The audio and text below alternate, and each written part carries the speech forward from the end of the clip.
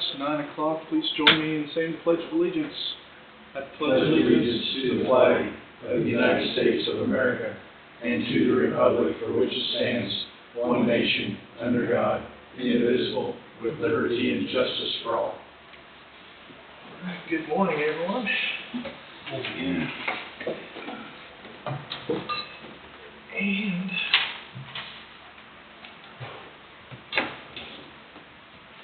it's ready to go right in here. Okay, we have the minutes of Monday, July 13th, 2026. I would entertain a motion to approve them as written. I'll move. Second. McCurry moved, Avendroth seconded. Any discussion? All in favor say aye. Aye. Anybody opposed? Passes 5-0. Have a few miscellaneous motions. I have a motion to authorize and direct the chairman to sign the Coffee County payroll notice for Sophia Cole, district court intern, new hire, wage classification 5-1, wage $15.96, effective July 1, 2026.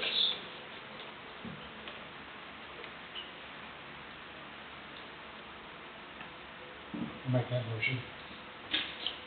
All second. Curry moved, Peterson seconded. Any discussion? So this is for the district court? District court. Not for the attorney's office? Correct. Yeah, this came from district judge. Okay.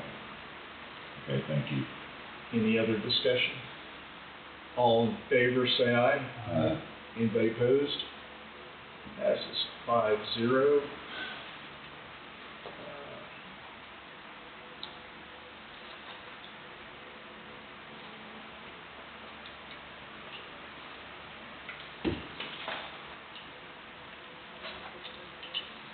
Okay, I have another one I thought we had. Okay, so apparently we had a resignation in Burlington Township Clerk, and we have a recommendation to appoint Michael Griffith. So I would entertain a motion to appoint Michael Griffith as Clerk of Burlington Township to fill the vacancy until expiration of the term on January of 2027. So moved. I'll second that. Okay, Avendroth moved, Thompson seconded. Any discussion? All in favor say aye. Aye. Anybody opposed? Passes 5-0. Two motions regarding the auditor. First one is a motion to approve the 2025 audit as presented by Jared Gilmore and Phillips P.A., which they presented that last week. I will make a motion. I'll second. Okay, Peterson moved. So the top one. Oh. Peterson moved, McCurry seconded. Any discussion? All in favor say aye. Aye. Anybody opposed? Passes 5-0. And then we have an audit engagement letter for provide audit services for this year and also prepare budget, right? So I'd entertain a motion to authorize and direct the chairman to sign the audit engagement letter with Jared Gilmore and Phillips PA to perform audit services for Coffee County, Kansas, year ended December 31st, 2026. I'll second. Parker moved, Thompson seconded. Any discussion? All in favor say aye. Aye. Anybody opposed? Passes 5-0. And then we have an amended capital improvement plan dated July 20, 2026. Okay, What so are, what's the when main changes in it? we talked about this, I don't know, was it last week or? I think it I was. think it was last week. Yeah. So there was, I don't know, the 100,000 for shop improvements was pushed out 1 year. And then the road and bridge shop projects were pushed out to 2028, a couple of years, right? So that 300,000 under 2028 has moved over, the 100,000 moved over to next year. And then the road and bridge office remodel has been complete, so I just took it off on 2026. So not much change. So it just reflects those changes. Yeah. Did that for the agenda?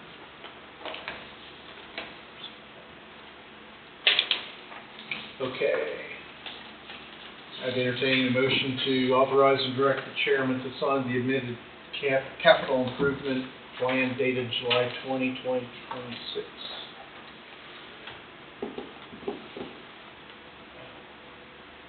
I'll move. I'll second. Thompson moved, McCurry seconded. Any discussion? All in favor, say aye. Aye. Aye. Anybody opposed? Passes 5-0. I will move to authorize and direct the chairman to sign the Coffee County payroll notice for Kenton Rudolph, Lake Patrol.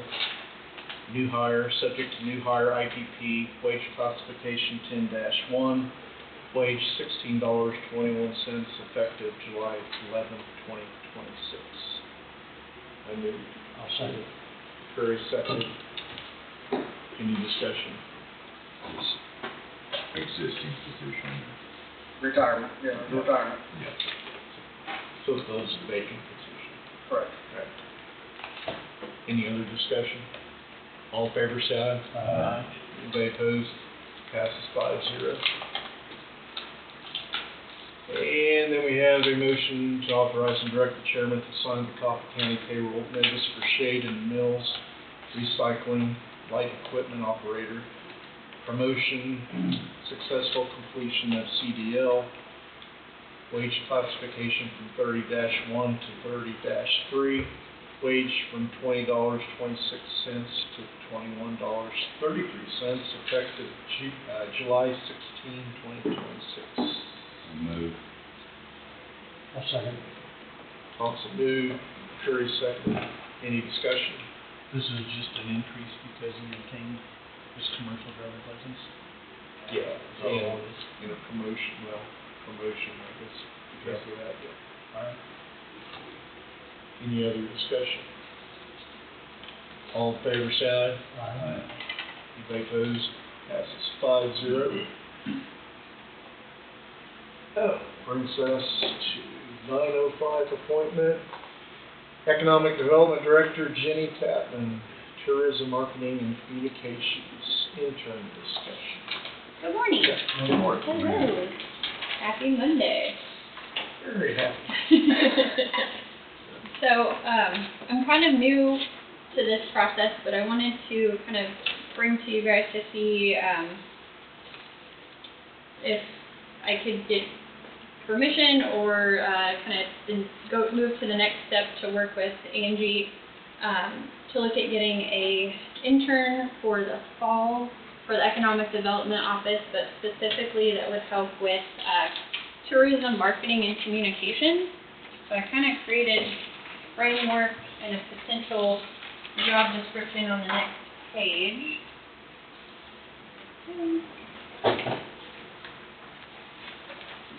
So I'd be looking at being able to work with a student. I think it would be a great opportunity for either like a senior high school student, local, or even potentially a ESU or FHTC student that's from here in Coffee County to work with my office for about 10 to 15 hours a week, specifically helping to create digital content for, we've been working on growing the Visit Coffee County website and social media, helping to promote local events and kind of help, with that tourism.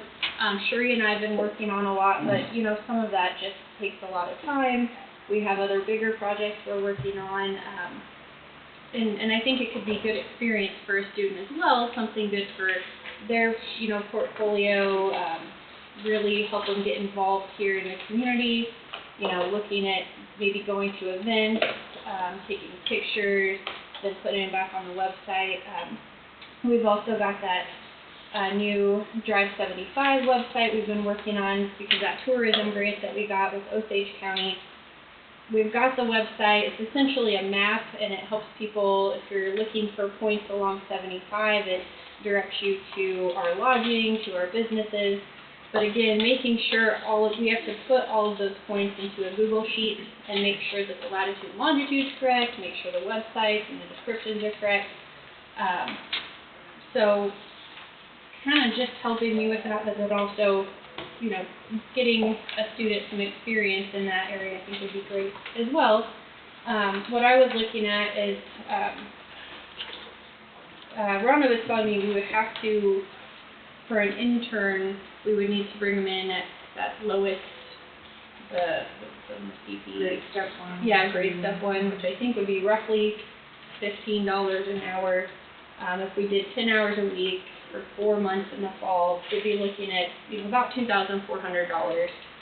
I do have that in my budget that we could pull out, or I talked to the tourism board, maybe we could use a little bit of that funding to help as well. So I just wanted to see your guys' thoughts on that, if that's something you think would be okay to look at doing.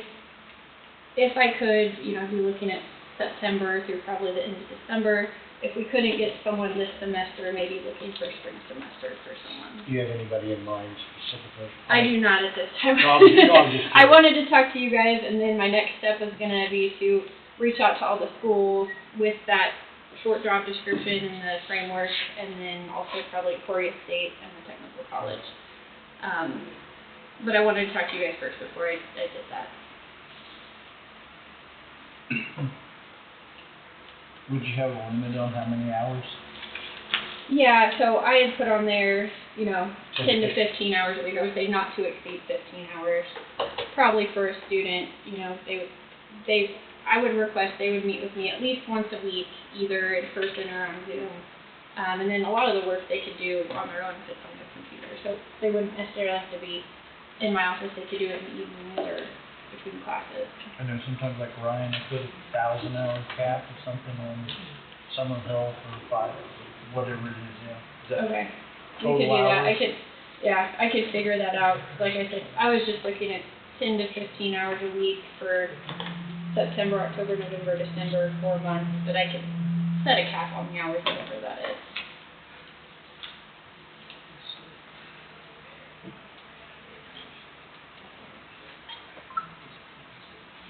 So you're talking for this year in the fall, what about next year?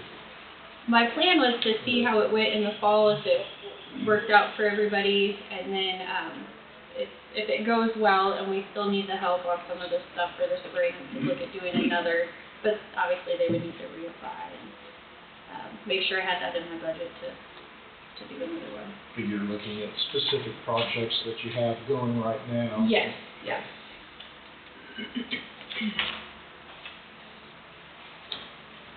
Well, I guess anything we can do to help promote Coffee County could be really crucial, but sure would be important to try to select the right Yes. person. Yeah. Or it's not, we're not gonna get anything out of it. Yeah, It's and what it seemed to me. I've worked with interns before, other places I've worked at, and I've been in the hiring process for full and part-time positions.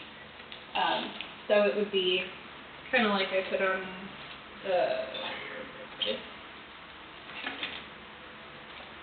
the list, making sure that that person did have, you know, some skills, but also it would be on me to help them make sure, as part of the project, they would be developing some of those skills as well. So it's kind of that balance and really making sure they had the time that they were going to be able to put in. In 4 months, you'd have a fair idea of how productive that would be. Right. Whether you wanted to do it again or not. Yes, I think it would kind of be a good test. Yeah. And like I said, I think it would be good for a student as well. It should be a great learning opportunity for If them. this is something that comes up with a student and they're going to receive credit for it, Mhm. I don't think you should have to pay them. If they're gonna receive work study Yeah, credits from the high school. And that or could through be the an voc option as tech well. Or something like that, yeah. mhm. and I can talk to those departments as well. If they're getting it, like you said, for credit, then that could Yeah. be an option as And that well. would be a good angle for you to look into that. Yeah. So that's smart. I just wanted to make sure on here too, I mean, for a student, if we're asking them to do some of this work and do it in a professional way, that they Well, might be a good option we for them want to it to have be a compensated. professional way, no Yeah. matter what they do, Yes. if they're working for us. Yes. I think we get through this sometime in the fall, in the winter.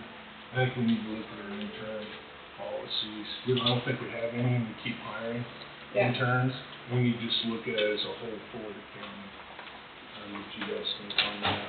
We seem to get quite a few of them. Yeah. And if that's something you need help with as well, like I said, I've been on the other, or, you know, through a lot of the hiring process and have been I think creating. if you can work out something with the area schools on that, that'd be wonderful. Okay. I'm sure they could get some programs in their studies that they could get hours for. Yeah, I could definitely look into that as well. Either way, even if we did compensate them a small amount, like I said, we're talking a couple $1,000s. I don't think it's, either way, it's not a huge burden on my office to do that. Well, if it could help you get some more goals accomplished. Yeah, If you think it and would some of add that that stuff is value. like I said, just inputting data or going to events and doing things. It also frees up some of my time sometimes as I'm working on some of these bigger projects. So I think it would be a win-win.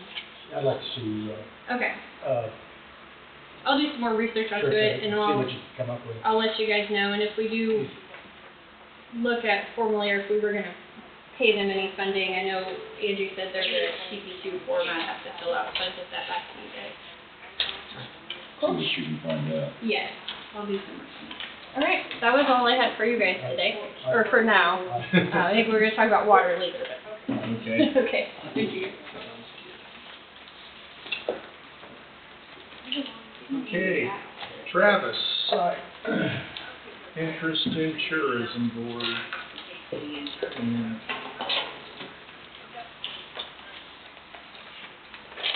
How you doing, Travis? Hanging in there, how are you? Good. you guys have a chance to look at this sheet. We got it here if you wanna look at it. Okay. Sorry. Okay. Uh,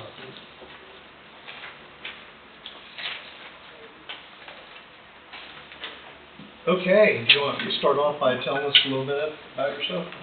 Yeah, I'm Travis Sipe from Waverly. Waverly grad in 2011, graduated from Emporia State in 2016. I think I graduated with enough hours to have a master's, and I definitely didn't.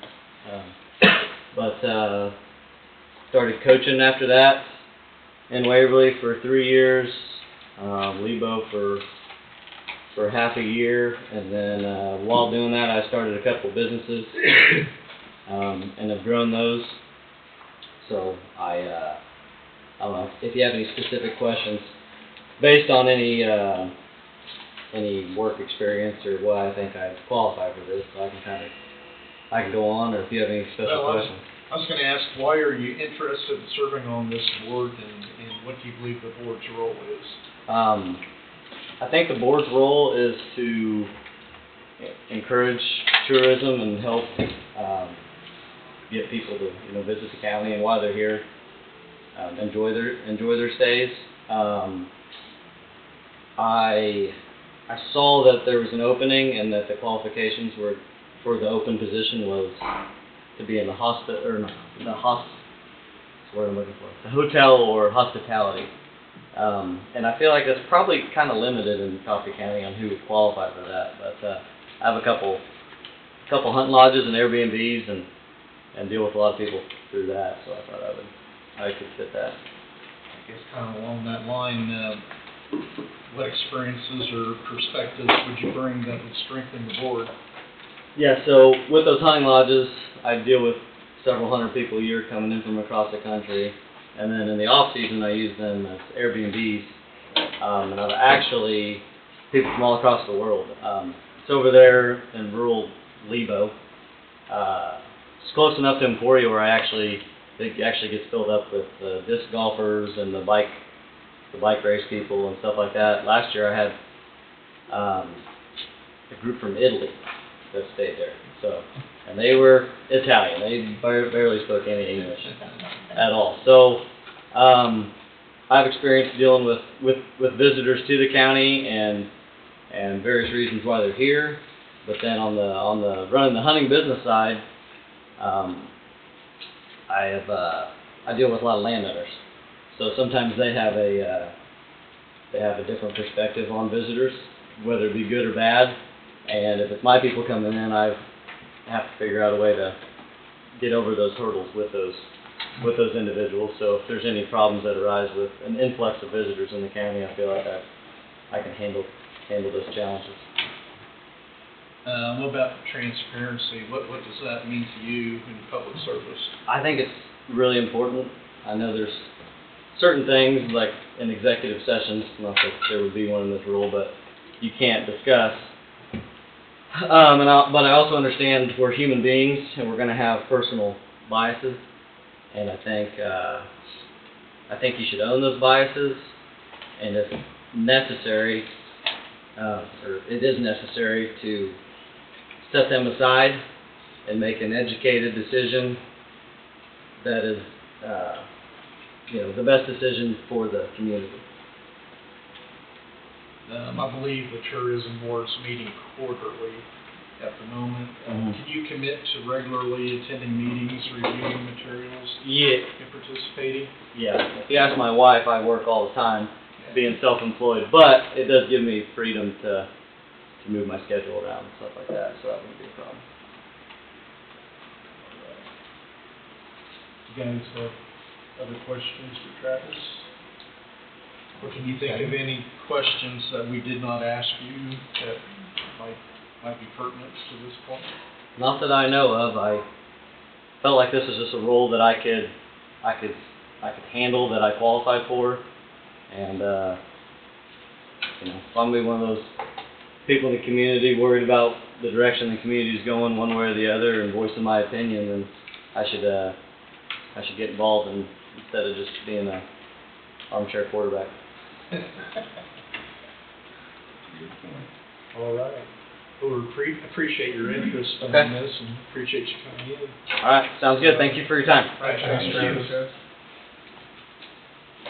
We had another person that had interest in the tourism board. I just handed out the application. I don't know if you want to call her. I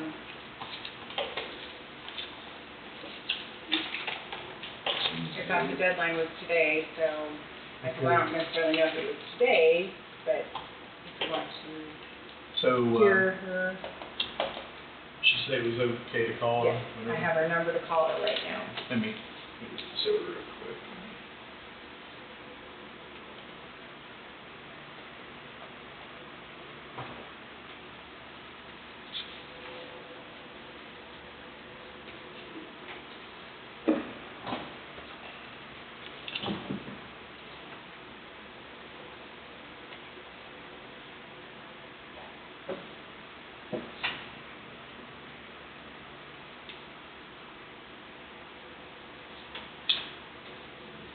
Okay.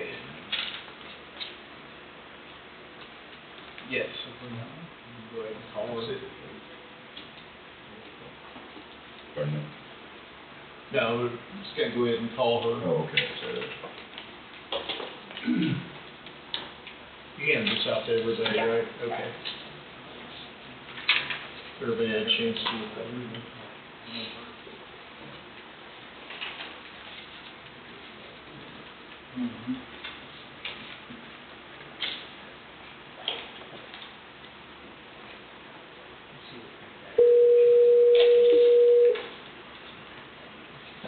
This is Monique.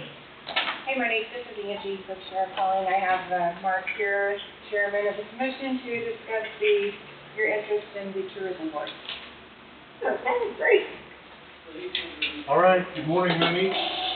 Good morning, sorry, I don't know if they explained, we have NRC inspection this week in our department, so I cannot get away for an in-person interview. No problem. And it's not only me, but we got the entire commission and YouTube world here also. But Okay. Well, next week, I definitely could have been in person, so I apologize that today, just, the no, inspectors are here, you know. no problem. We'll ask you a few questions here real quick. Okay. I guess, number one, tell us just a little bit about yourself, I guess, and then also why you're interested in serving on the board and what you believe the board's role is. Okay. So basically born and raised in Burlington. I've lived in New Strong, Burlington most of my life.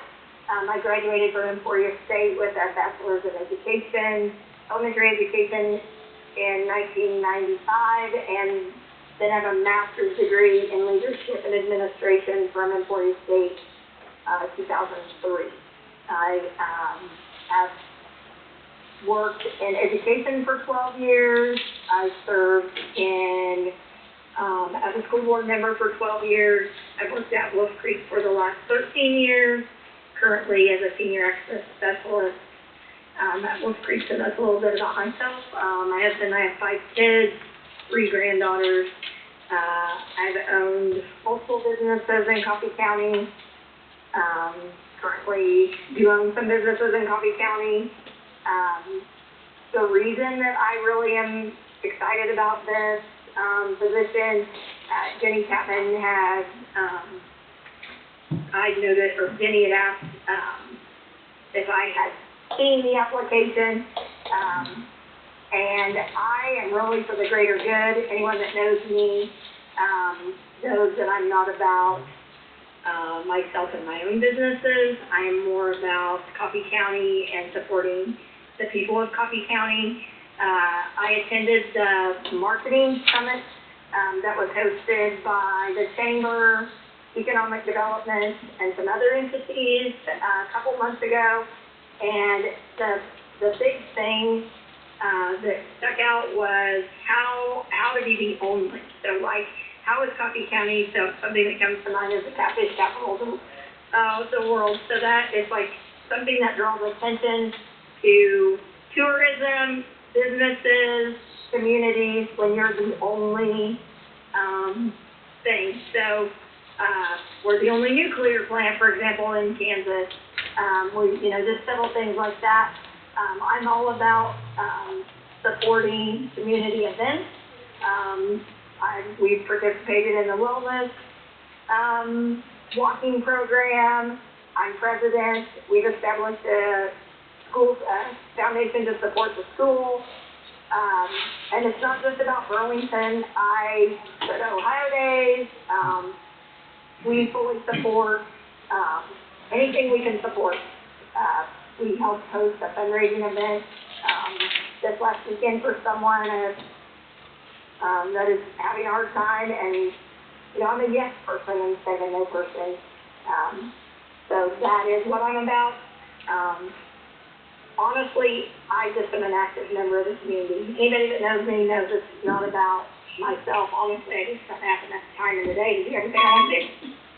So that's about me. All right, what do you see as the biggest challenge facing the tourism board over the next 3 to 5 years? I think just finding ways to, so much like Kansas created a motto to the stars.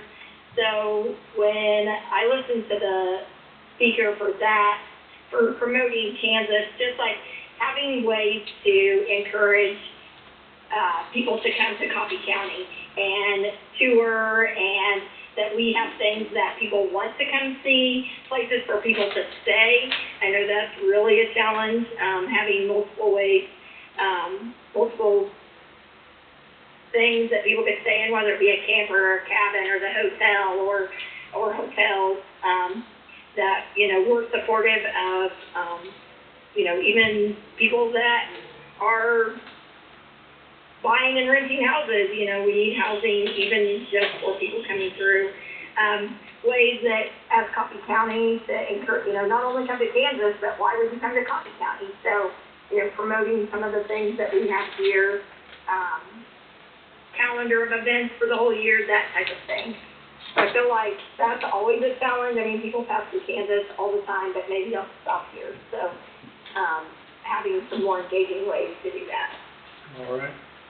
I believe the tourism board meets quarterly at the moment. Can you commit to regularly attending meetings, reviewing materials beforehand, and participating actively? Yes, absolutely. Okay. Does any of the commissioners, do you have any additional questions to ask? Tony? I think so. Do you think, are there any questions that we have not asked that you think we should know about? Not that I can think of at this time. Just, I don't want it to be that, because, she owns a business or something, that it is about that, because that is, if you know me at all, you know that that's not what it's about at all. That I am very supportive of the whole county and include anytime multiple. I think that that's what's best, honestly. Like, it's not all about one person. It's the greater good for everyone. All right, appreciate your interest in the position and taking the time to talk to us this morning. So, All right. all right, All right. have a great day. Thank you for your time. All right. Have a good day. Thank All you. right. Bye.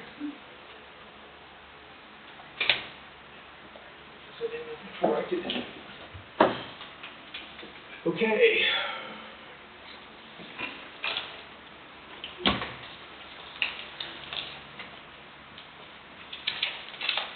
So we can discuss this later, that position. Yeah, I want to think on that for a little bit. Yeah, we'll move on to Road and Bridge Superintendent Brian Durst. Has something for us for geotechnical engineering services? Yeah, good morning, everybody. So no call-outs this weekend. But we do have a couple of motions here. This is basically for some geotechnical services. Currently we have the two bridges, 156 and 165, that's in design at BG. So this is just a portion of that. Go through this. We went out, we asked for three, got 3 bids. Terracon, PSI, and UES. And so on the total bids there, PSI was $28,000 for both bridges. Terracon was $22,100 for both bridges, and then UES was $18,896 for both bridges. So we'd like to go with UES for those services. Have we used them before? We haven't used them before. BG's, they've used all 3. We've used Terracon and PSI. UES we haven't used in county, but BG's, used them, and they, recommended. Had no issues with them. They didn't have any issues with any of them. Had good relationships with all 3 of them, so. Where are they out of, Brian? They are out of, Manhattan. Yeah, I think the other 2 were out of Kansas. Terracon's out of Wichita, PSI's out of Kansas City, and then UES is out of Manhattan. Okay.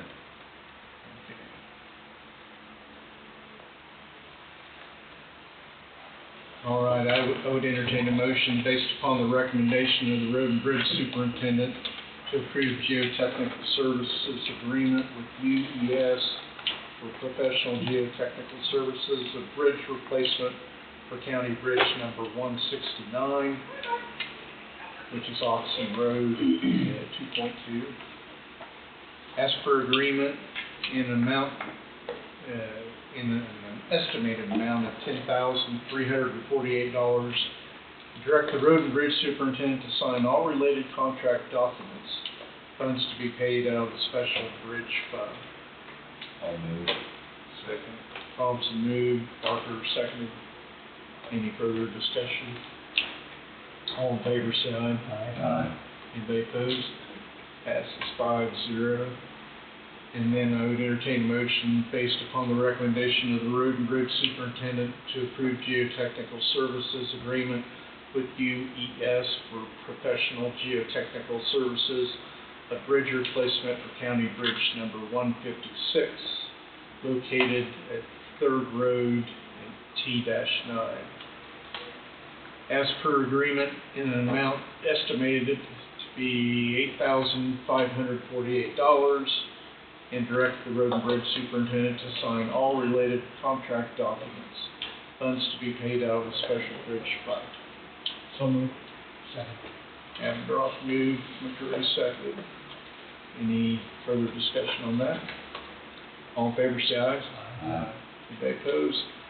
Passes 5-0. Alright, thank you. Finished up the asphalt project on 16th Road, so we've got some shoulder work to do there. We'll probably, Wednesday, I think, it's supposed to cool down some, so we'll get the shoulders buttoned up out there. And then out west of town, I believe start milling on that project this Wednesday, so. That's all I had for today. What did you do, isn't it? Should we discuss that at all? Yeah, Last so week. we had talked about the road closing and sort of what your next process is. Mark had sent me a message, and after you left, Steve Rosemer came up and kind of informed the commission that there's an issue with that road. It probably needs to be moved, and some liability issues for the county to, at least on an interim basis, put up some barriers or something. So you and I talked about that briefly, but that's what you were referencing. Yes. Okay.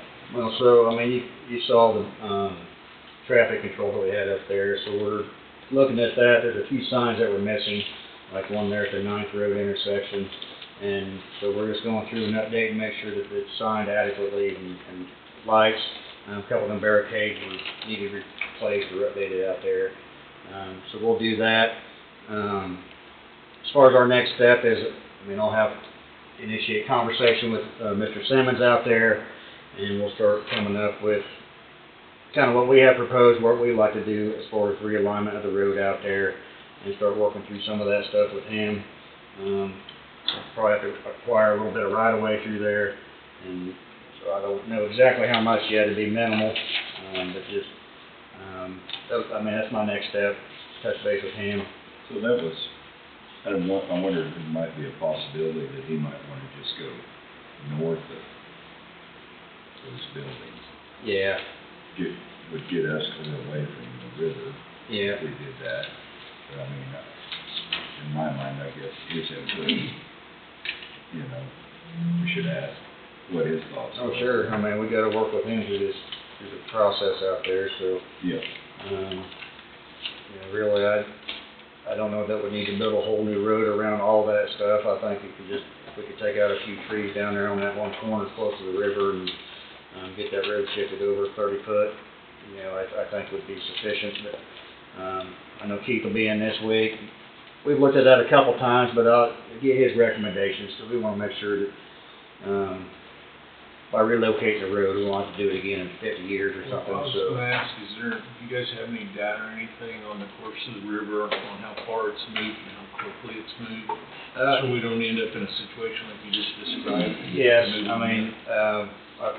Rosemer's looked at some of that. We've looked at some of that, like the last 30 years, how far it's migrated over. There probably would be a little bit of slope protection, erosion control stuff that we would, we've talked about a project out there, but it's kind of been in limbo with the road and not unsure of what we're doing exactly there. So it probably would make sense to do a little more riprap work out there. We've got the materials for it.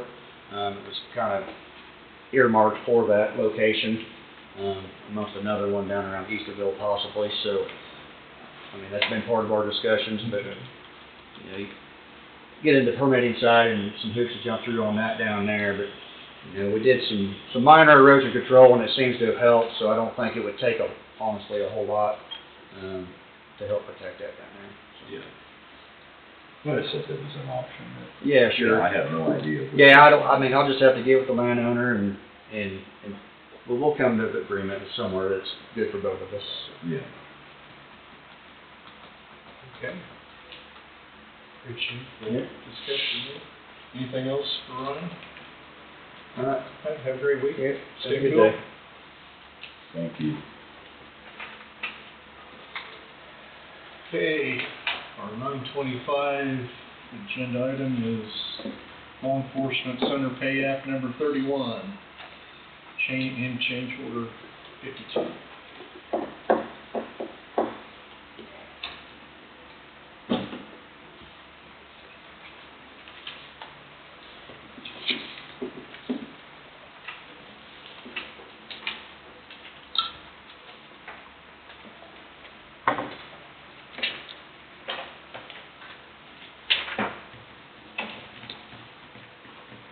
Last couple, ran out of staples, so.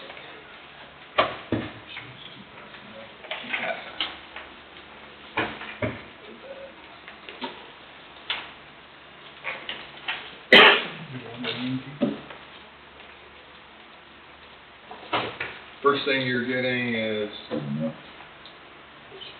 the pay app, 31. Second thing you're getting is change order 52.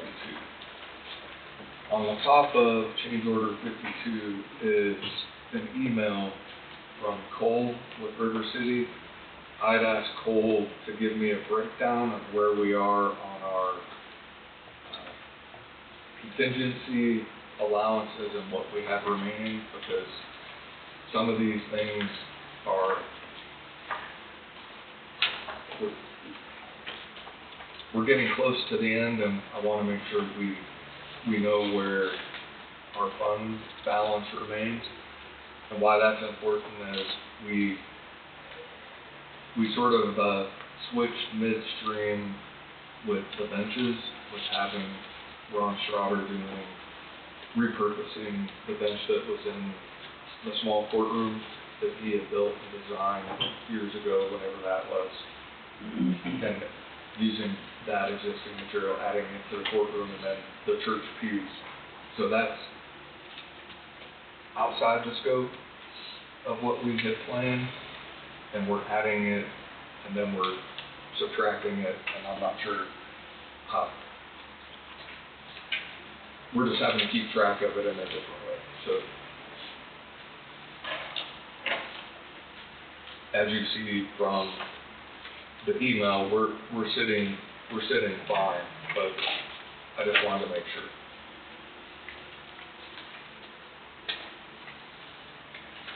If you want, I can put everything on the screen. It's up to you, since I handed it out as well. So I'll start with pay app 31.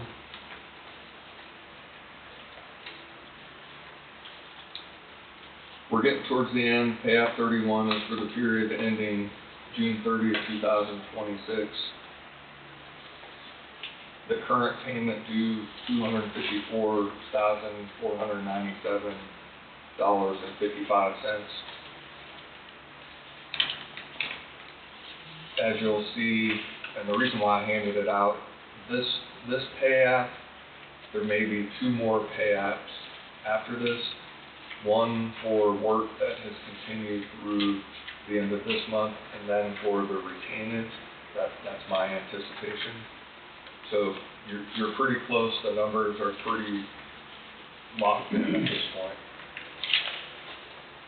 Pay app number 6 for IBC Carpentry is one of them.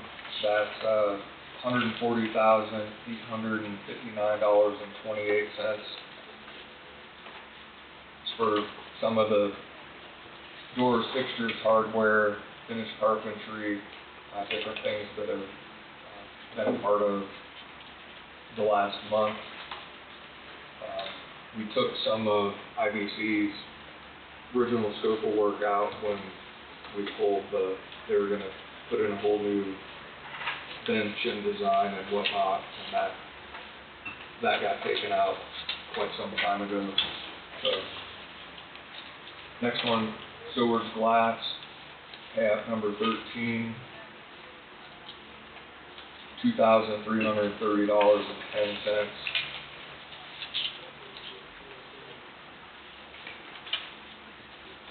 Tied to glazing. Next one, Interior Surface Enterprises. It's their pay app number 2 The total, $1,806.30.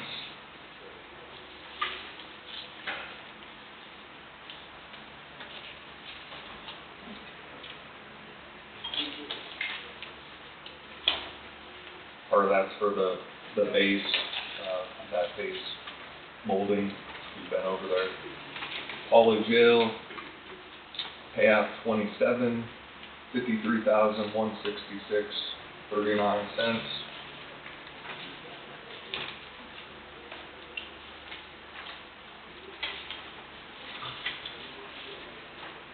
You'll see a good portion of that is for the on-site technical assistance and training for phase 2.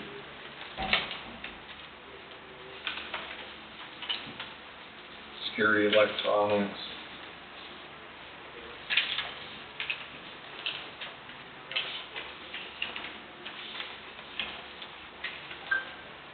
All the bonds go with that.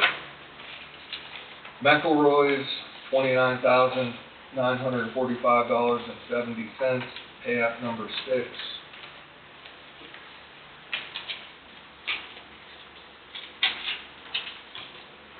Testing and balancing, controls, piping, sheet metal. Shelley Electric, next payout 25.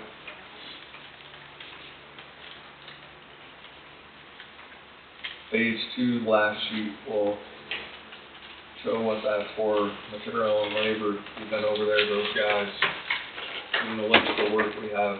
Once the bench is put in place, then there's some outlets that are sitting, waiting for that to be finished so they can finalize that. So once that's done, there'll be one more payout from Shelley Electric, should be. So that's payout 31. We've done this long enough, it's pretty self-explanatory at this point. The work, if you've been over there, you'll see it matches up with what this payout shows. I'm over there on a fairly regular basis. Any questions about payout 31?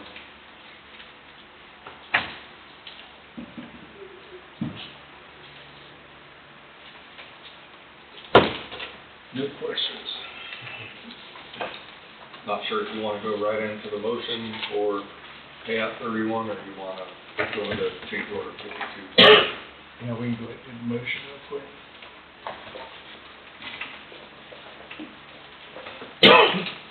I would entertain a motion to approve the application and certificate for payment, application number 31, for period ending June 30th, 2026, submitted by River City Construction LLC in the amount of $254,497.55. For work completed, reference to Coffee County Law Enforcement Center project associated with Phase 2. Funds to come from the Jail Construction Project Fund, which is Fund 111. I'll make that motion. McCurry moved, Parker seconded. Any discussion? All in favor, say aye. Aye. Anybody opposed? Passes 5-0. Okay, change order. Okay, so change order 52 has 3 potential change orders, and if you remember, that's just the potential change orders are how River City tracks them internally. For our purposes, change order 52 is the 52nd change order throughout the duration of phase 1 and phase 2. First, within change order number 52 is potential change order 97, which is in the amount of $1,904, and that ties to drywall repairs to existing walls. That is something that became an issue during the renovation, and there's a part of, try to remember exactly where this is located, but certain areas they had to rip rip off, do you remember where that is? They ripped off something that was within the corridor or somewhere, and it ripped. I'm not very good at describing this. Ripped part of the wall out, and it was an eyesore, and it had to be basically patched up because I forget what was on those walls. Wasn't there like pegboards or? Yeah, there was something on it, I don't know what that was. So they pulled them off because that was part of the project, and then when they pulled them off, it just left some exposed areas. key seat stuff for Yeah. the wall here to come off. Exactly. Drywall So that- came with it, then. Yeah. That's what that is.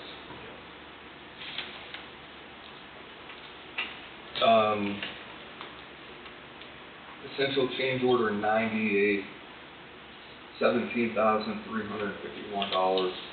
This ties to the 3 doors that were gonna be repurposed from the building.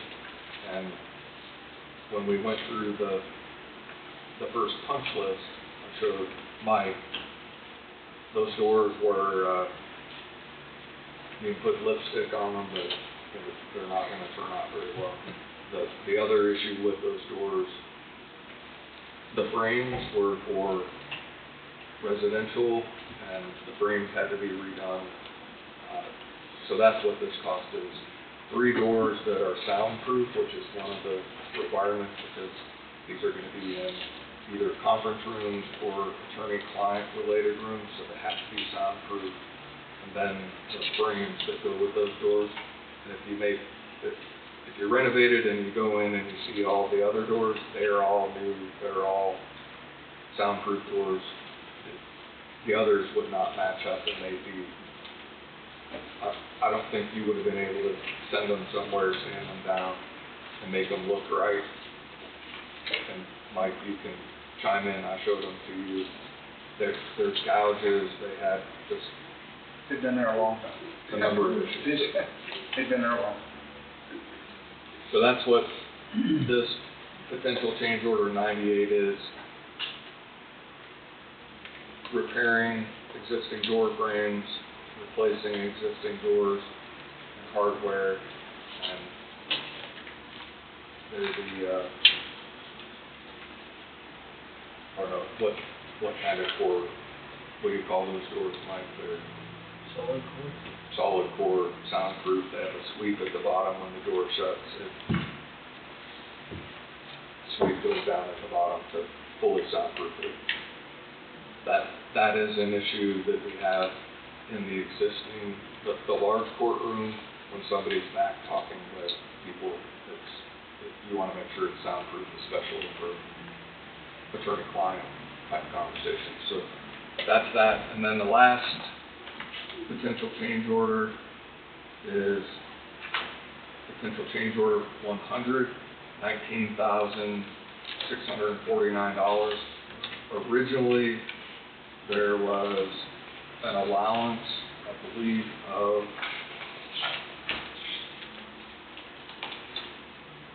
$11,000, if my memory serves me correctly. Yeah.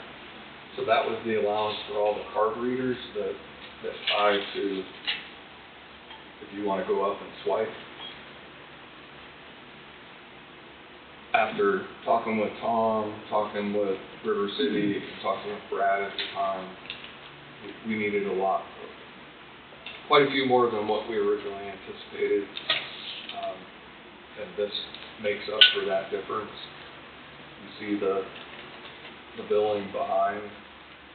The county ordered these directly because this is what the county wanted. You'll see there were a series of purchases for these. The original main one for 17 of those was $22,230, and then we've had to order several more since then. But this allows now Adam the ability to remotely program and deal with these door locks similar to what it is for the entire courthouse. Instead of having to go with a laptop like you used to and physically plug into every one of them, they're programmable by Wi-Fi. So you can add, delete people, whatever it may be on there as the time comes compared to physically. That took a lot of their time doing that over the entire building. So you just upgrade those. So that's kind of where things are with that. So that's the lion's share of what change order 52 is. I think with that explanation, for each of those items, they're necessary, they're needed, and would request you make a motion to approve change order 52. You see the remaining balance that we have with that email. We're going to eat into some of that with the fuse and the bench in the courtroom, but I think we'll still be where we need to be. We've had to. How'd you get along with the fuse? He should be here this week to finish the bench side of it, and then he'll get to working on the fuse. He's working on it, Which the fuse? They won't be here. They'll be at his. yes, at the bench, Yeah. so. He has everything cut out. He had to order cherry panels to make it match, because the small courtroom, the wood is going to match up with what it looks like in the big courtroom. He's the one that did that. And then the fuse will be stained to match the bench. So do we have a new potential 100% completion date, since this was supposed to have been done June 2nd? Once the bench is installed, that's finalized, then Shelley Electric will be here. They can finish their part. They can't do their part until the previous part's done Yep. in front of them. And then as far as the fuse, they'll kind of, I think phase 2 will be technically substantially completed. We'll be able to operate court even if we have to have portable chairs until the fuse get done, have all the fuse get done, and then they can all be installed at the same time. But as far as Target date? I don't have a target date for the fuse. I think we can operate it and run the courtroom once the bench is done. Soon? I know that, Couple weeks or a couple months? yes. Yes. I know the tops to the tables in the small courtroom, once the wood is placed around, which I anticipate is going to be today, tomorrow, then they'll have to measure, cut the tops, install the tops, and then that'll be done. Oh, and the other part of that, what we're waiting on is the courtroom. If you remember, you signed off on approximately $22,000 advance payment to a courtroom electronics company who has, anytime now they're going to come in and start running the wire and installing for the courtroom recording system, the courtroom computer system, the courtroom Zoom system for remote courtroom. I don't know how long it'll take them. They do need to have that up and running, especially the recording system. And it's being replaced, I believe, in both the big courtroom and the small courtroom. But the small courtroom has to have its own independent recording system. So that's part of what we're waiting on too. And it's my understanding that's half of it. So 22,000, then there'll be another 22,000 at the back end once it's completed. The good news is the county has paid that and will pay the remaining balance of that once that's done. And the court, Judge Lyons able to show us some, the judicial branch has agreed to reimburse the county for all of the electronics related to that side, so approximately $45,000 through some judicial branch grant. Okay. Any other questions before we tackle this motion? Okay, I entertain a motion to approve and to authorize and direct the chairman to sign the following change orders regarding construction related to the Coffee County Law Enforcement Center, Phase 2, as approved by River City Construction. We have change order number 52, with costs associated with potential change order 97, associated with drywall repairs to existing walls, which is a deduct of $1,904. Potential change order 98, associated with repairing and replacing existing door frame, doors, and hardware, which is a deduct of $17,351. Potential change order 100,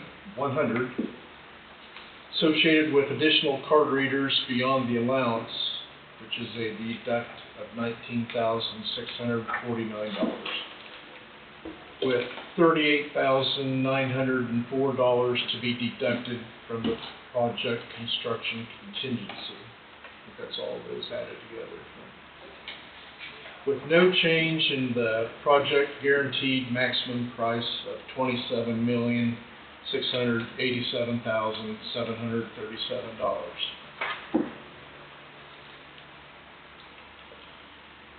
Did you move?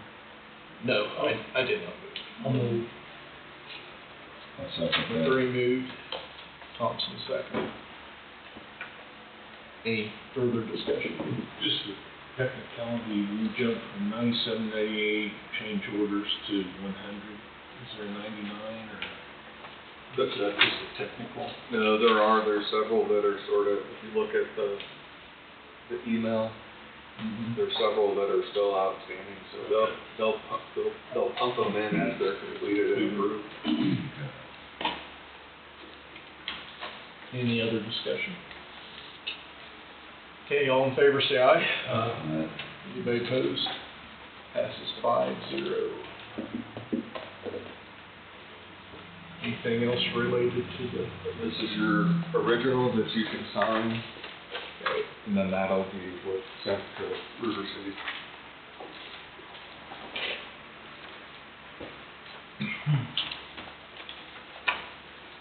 We want to take a quick break before we move on to the next agenda item.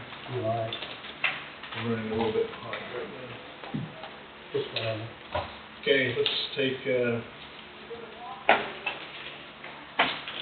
10-minute break, I guess. Return at 10:13.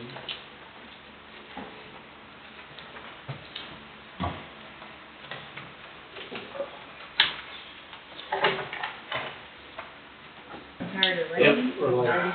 Yeah, ready for It's fall. still I know, 10 out of 10. Okay. All right, it's 10:13, back in open session. Or resumed open session, I guess. Next agenda item is we have Environmental Health Director Carl Lee and Economic Development Director Jenny Tatman. Water update. Hello, Jenny. Hello. You guys. Maybe. We just wanted to give you guys an update. We had sent the letters from you all to the Public Wholesale Water District 12 board, and we did have a response to that letter, so I'll just read it. You guys have it in front of you, and then we can kind of discuss. And I think Carl had a few things to add. But to the Coffee County Commissioners, the Public Wholesale Water Supply District Number 12 Board of Directors wants to thank you for the letter of support received at their June 17th meeting. Your interest in helping Wholesale 12 meet the mandate laid out by KSA 19-3545 is welcome. The district continually explores paths for increasing distribution and production for its members. So far, these plans have all ended with feasibility roadblocks prohibiting any recent upgrades. Ensuring public health and safety is the purpose of any water supply system. Safe and reliable drinking water for the members of Public Wholesale Water Supply District 12 is our main goal. Providing safety and security through proper management and regulation of the water supply is of paramount interest to the directors of this board. Regional planning, as mentioned in your letter, would involve collaborative efforts between both boards. Midwest Engineering Group, through working with the district over the past few years, is aware of the needs facing Wholesale 12 and should be included in any communications. We anticipate future meetings with your board to identify where mutual goals may align and how to best reach them. We appreciate you for including Public Wholesale Water Supply District 12 in your planning. Thank you, and we anticipate cooperative efforts going forward. Sincerely, Eric Ferguson, Vice President, Public Wholesale Water Supply District 12. Glad you get that down. That is a mouthful. Try saying Public Wholesale Water Supply District 12 3 times fast. I'm not doing it. But no, I think I appreciated their response, and I wanted to make sure you guys received that. To me, it seems like next step going forward would probably be getting a meeting with a few representatives from the commission, a few representatives from the District 12 board with Midwest Engineering, probably Carl and myself, and kind of discuss, the project and what our participation could look like going forward.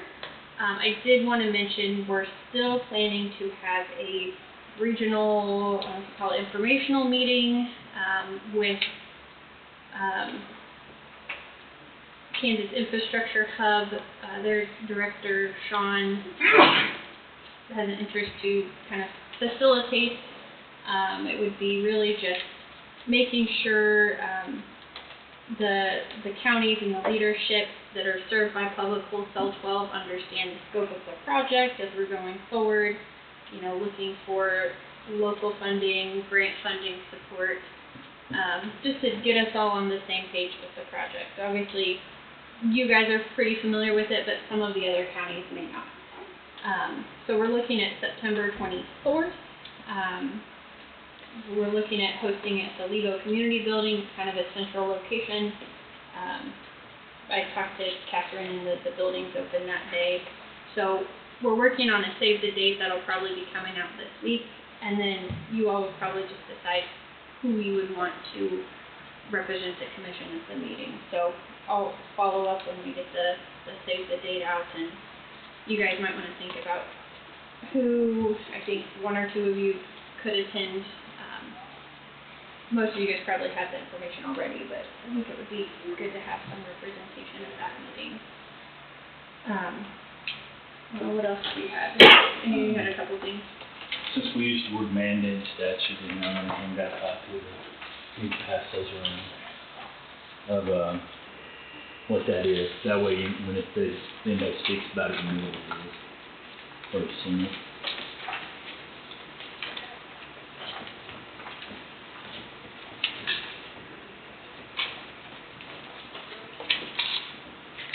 What I just handed to Todd is that we had the water study, which had CSS Engineering do. What I did was put some observations down that I've seen within. We want to make sure and identify and move forward as we work with Midwest Engineering, PEC Engineering representing three, as we try to develop more of a regional water plan for Coffee County, so we can connect everybody together at some point. Got any questions or put any questions? This is the email you sent out the other day? That was the one, I sized that one down compared to the one else. But what this is just observations completely out of the water study. Can you give a synopsis for everybody that's out there in YouTube land to get a better understanding of why we're trying to increase our water amounts that we're getting allocated from Melbourne, and why what's our teachers, we're gonna need it for? What it is we've been primarily working with Public Wholesale 12 because that's where we started with the CHIPS project. And they have some known quantities up there, what we can do as far as obtaining water. And through Public Wholesale 12, they have a water marketing contract with the Kansas Water Office. And through that, we can get water through them up to 4 million gallons, 3 to 4 million gallons a day. And what that does is allow us to continue to plan for any type of economical development, any increase in the size of the population, because what we're starting to find is we're starting to run very close on the amount of water our water plants in Coffee County can produce. Wholesale 12's got the most potential at this time. So we've spent a lot of time working with them through the CHIPS project to know what we can and can't do as far as water and engineering. That's a couple of weeks ago or a month ago maybe. We talked about what it would take to put a new water plant up there, to go towards 3 million gallons a day to supply water for, not most importantly, the citizens, but how we can also expand and tie everybody into that. So we got water for the citizens plus economic development. That'll also include in the sizing and the pumping to upgrade some of it. We've been working with each of the rural water districts in Coffee County, starting with Coffee County 3 because they do everything basically north of the river. And we've been working with them to see what can be done for the city of Burlington also, but more importantly with Public Wholesale 12 and how they can distribute water. Because they're the largest, they distribute a large percentage of water for the area. We've also taken comments from Coffee County RWD2, so if there's any way we can start planning towards the future, towards a 3-year plan, 5-year plan, 10-year plan, where we've always got something to make sure that we got water in Coffee County. And this water that we're gonna gather, it's just not solely for Coffee County, is it? No, it'll be spread out over right now. Public Wholesale 12 provides water to three different counties: Franklin County, Anderson County, Osage County, and Coffee County. So we have four counties that get water, and I believe when we did, in Fulltrain put some numbers together from Midwest Engineering, that Coffee County gets 44% of the water that comes off that's produced by Public Wholesale 12. And what we're trying to do is extend that down through the county, so we always have a safe, reliable drinking water. I think it's a synopsis of what's going on there, wasn't it? And the players that are involved. Exactly. Because we know that the water rights are also tied within the New Hampshire Basin, so this way we're working towards the future, taking care of our citizens. We are still, I've been working with Osage County Economic Development on looking at, grant funding options. There's a few, I don't have the list printed with me, but we're still exploring possibility of CDBG. That one's been a little bit more difficult because typically those are, you have that low to moderate income requirement for those grants, and they'll usually look at like one community. With this one, since Public Wholesale 12 is multi-county, they have to look at the LMI for all of those counties and the water users, but we're still exploring that. I've been told it could be an option to help with the engineering design costs. We're looking at USDA, we're looking at some economic development grants. So we're working our way through some of those. Osage, she's even been, working with some grant writers that she's paying for to work on some of those. And then through Kansas Infrastructure Hub, they've been having some talks at the state level. It sounds like it's maybe getting some interest with Kansas Water Office and others at the state level because it is a truly regional project. We're bringing in multi-counties on this one. And if I understand it right, 12 is the capacity, but they've got the water supply. Exactly. Isn't that correct? So, Right. So, Melbourne Lakes, Melbourne Lakes got right. more than an abundant enough water to Right. take care of us into the But future. 12 is just the capacity as far as what they can do.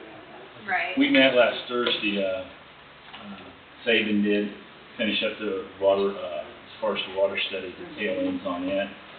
We met with the engineer from the city of Burlington and Midwest Engineering. Now this week we're hoping to have everybody pulled in. We're also PEC Engineering will be part of it. But the Murray Basin right now, especially Melbourne Lake, is the key area for securing water for the future.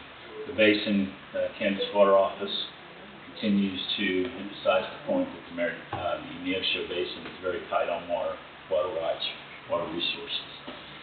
Just to make sure, come off Jenny's point of regionalization, Kansas Water Office is holding a series of meetings in September and October on regionalization and how important it is to do that.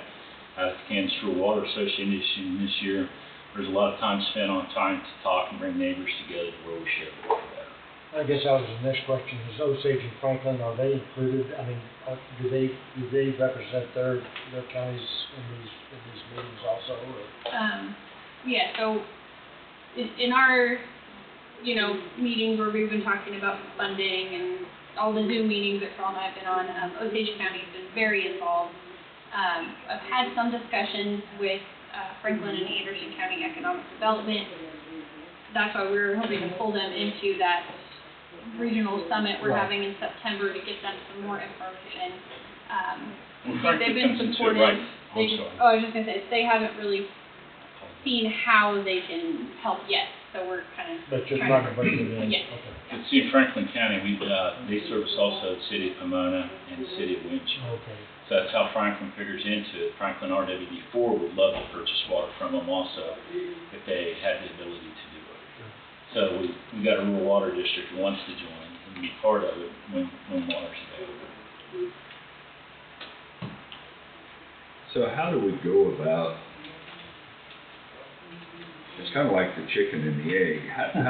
How do we go about, don't we have to show the demand for the water before we can get the water rights, or can we get those As part of established? How can we? Public Wholesale Water District 12 is can negotiate at any point in time with Kansas Water Office. They got more than an ample water marketing contract right now, where they have enough to meet that 3 million gallon need. Okay, so they have. So they have it right now. Now, as we move into the future, we'll need to make sure they'll renegotiate that contract for the future to where we take in what we'll need into the future in that Right. water marketing contract.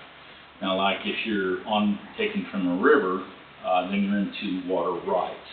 And then you have to justify what's going into that water right. And water office always makes sure that the people have enough water. I don't ever want to detract from that, because there's a lot of publicity now about giving all the industry. But see, they look at who's the service, how the population may increase, and then they take into consideration the balance of what the industry truly needs. So 12 is requesting more water, isn't that correct? Yes. For the future, but they've got to show progress along the line to be able to maintain that, is that? Right. Is that?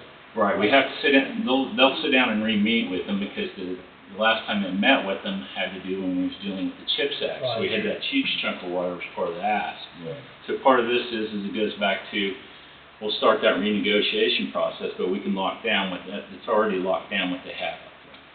And so then they'll start that negotiation before we start the second water plant up there, for more water marketing contract. So the extra water that we're wanting to negotiate for, we'll be doing that through Wholesale 12 and not directly with the state? It'd be all through Wholesale 12. They'll actually hold the contract. There's more to learn on this. We'll educate you as we go along, so that you have a complete understanding. Public Wholesale 12, they're the ones that will be obligated to the water. But we're not gonna be in the water business. No. Giving our blessing to Wholesale 12 to Right. proceed with this. Right. And our support and I think financial that's backing the if we have to. intent is, throwing support to Public Wholesale 12, and, if we were to support like a grant match or something with engineering financially, we would create an MOU agreement with them to say how it would look on our part and their part. When I was up there and met with them, they got the same concerns we do, that we make sure we get the legal writing correct, how we're not in the water business, but we're cooperating with them to make sure that people's got water. The blessing behind all of this, we work with Public Wholesale 12. Their attorney is Richard Hines, and he's considered the father of the Public Wholesale Water Districts. So Wade will probably be talking with him sometime in the near future, so we can start that start that conversation. I know that Full Sail 12 is reaching out to Richard Hines as we speak right now. So we got things rolling and in progress. It's just going to take a little bit of time to get everything written out into a language that works for everybody, because they want to make sure that just because they're dealing with us in Coffee County, that it doesn't interrupt any grant funding that they could get from the state or federal government. So we got to make sure and have the legal terminology correct. Okay.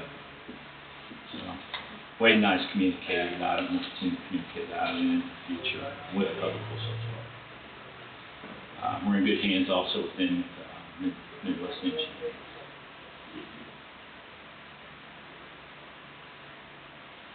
Any other questions?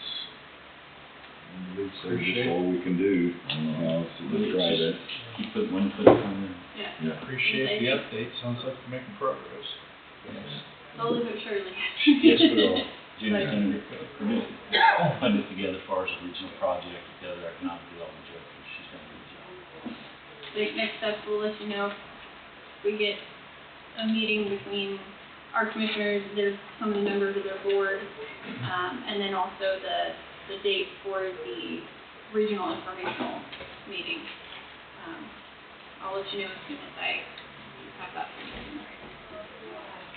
If you have questions, give me a call, send me an email. Okay. Thank you guys. Thank you very much for your efforts. Take care.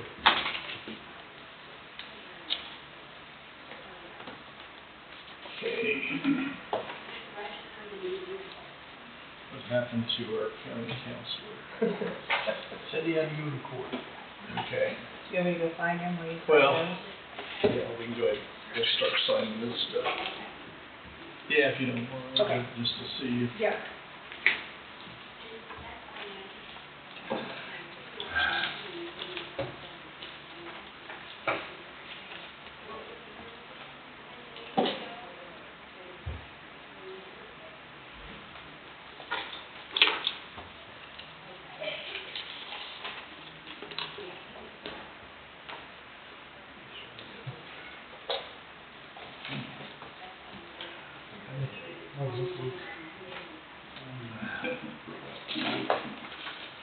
You're welcome.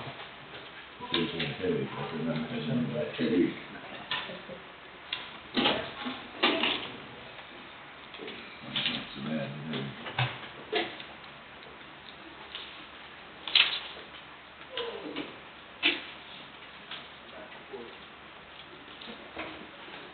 Welcome back.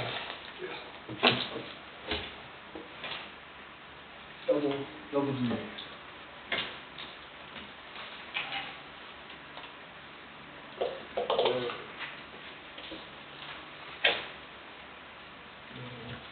We just finished up with environmental crawl and dealing with the water and So we're on the next agenda item. Yes. We started signing stuff, but, we can, move on.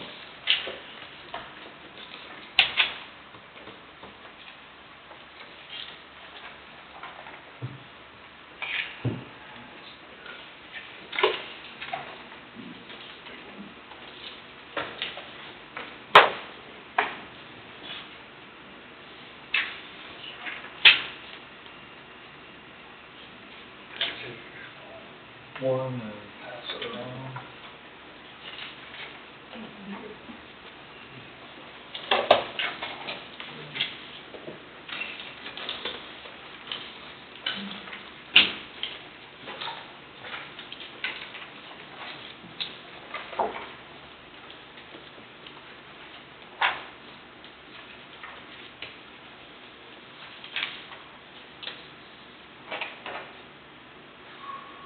Did it make its way around?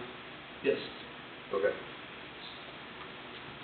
I apologize, I have two things stapled into one.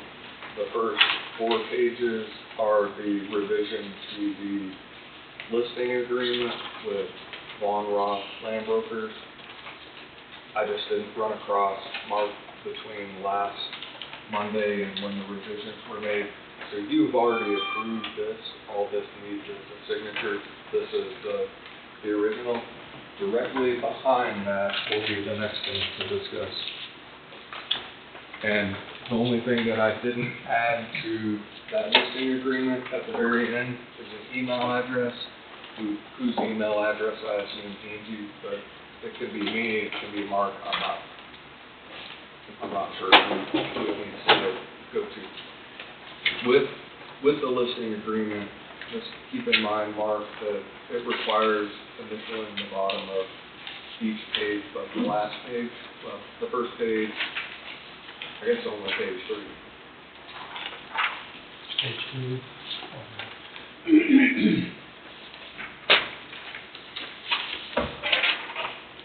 Directly behind two.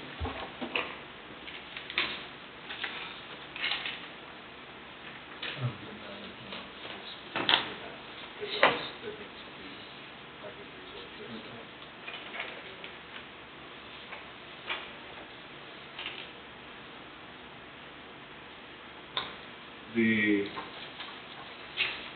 last part of what's stapled is a proposed notice of public hearing related to the sale and disposition of surplus county property, the opportunity for public comment, and notice of method of sale. And this is the notice. I had a discussion with Cameron Roth, asked him to provide a date for an auction that would work with his schedule. You'll see on page 2, Thursday, September 24th, 2026 at 6 p.m. And at the North Property residence is the location where that would occur, with a public hearing to be held the following Monday, September 28th, 2026 at 10 a.m. Nothing has been finalized because you get to choose your own course right now. One, this would be to confirm that this is the mode and method you want to go, because this is the public notice that will go out, that you want to do it on that date, that it would be a public or live auction, which would mean a hybrid auction in person and remotely.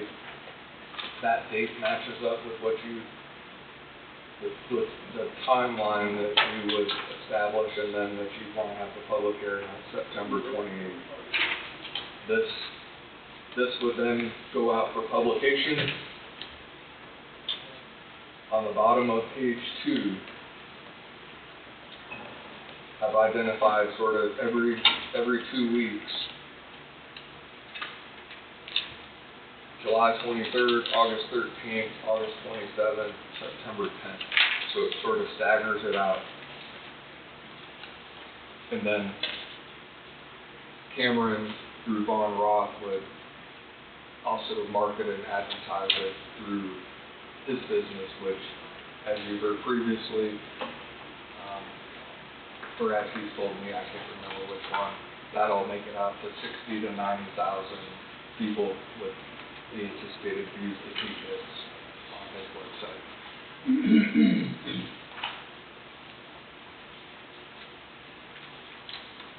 Outside of one, hopefully only one spelling error in the first paragraph that I didn't catch, and it's in the capitalized part of the description of the tract, where in the 4th sentence down, section is misspelled, and I apologize for that. I should have caught it, but I didn't, so I need to fix that. Outside of that, that would be, this would be the notice I've gone over, and because the survey has the property description, and you have to have a magnifying glass to view the property description. I went to the Registry of Deeds, and we went through the boundary description, the property description, to make sure that I had it right. Appreciate Gwen's help in making sure that I didn't miss anything, because the property description is obviously important.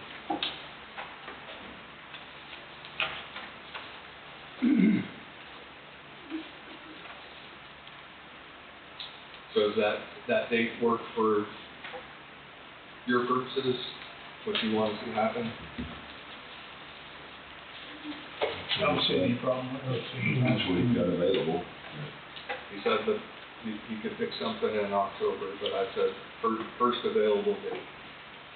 And then we need to go ahead and mark on the agenda the following Monday at 10 o'clock, or You said the 24th of September, right? Yes. Location? correct. That's same day of that meeting, say 12, I don't see that should be a problem. And the hearing will be the 28th. Yep. Yes. Auction the September 24th, 26th at 6 o'clock, and then the public hearing Monday, September 28th at 10 a.m.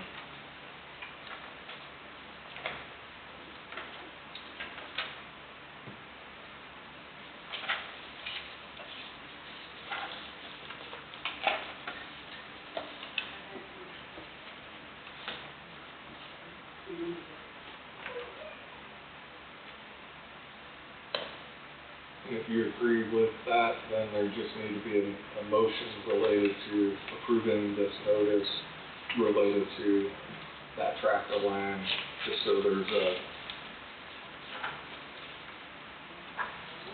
minutes that will reflect that it was approved to move forward.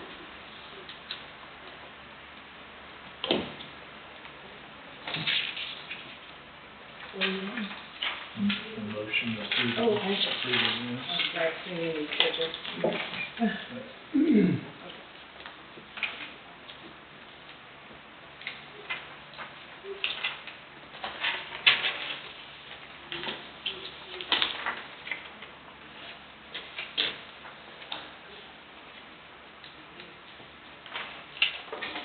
Because we've already approved this one, have we not?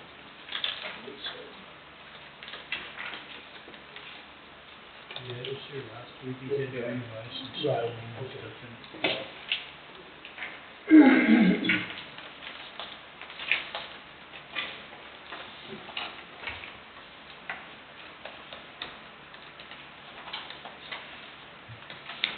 Wayne, concerning this, the original, said just need to initial, Yep, at the bottom of page 3, and then sign page 4, you need to add an email, and add an email, whoever you want the. I would say, so, I'm supposed to sign where my name's printed? Is that- I just sign next to it.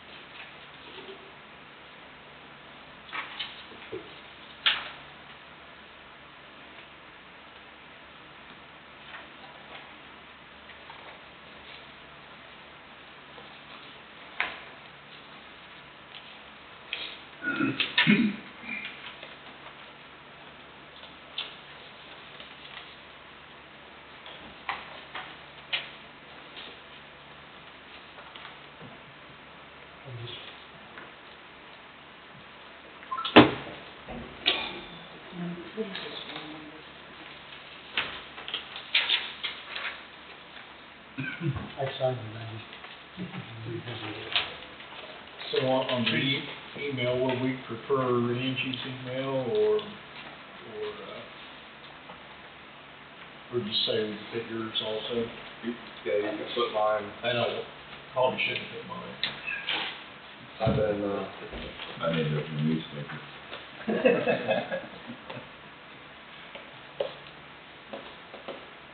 you can put both mine and Angie's, that way, Both, yeah. yeah, it probably wouldn't hurt. Cameron's been Actually, his Need office to has add been corresponding Okay. with me, Copy so. yours and Wayne's. Okay.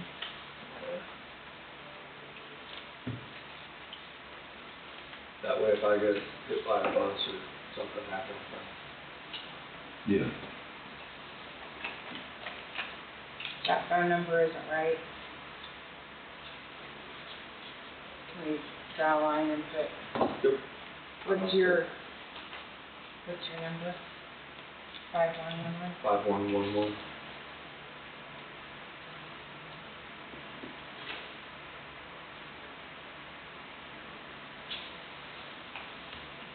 And what's your room number? It's a whole different address. It's at the 625 Neosho, second floor.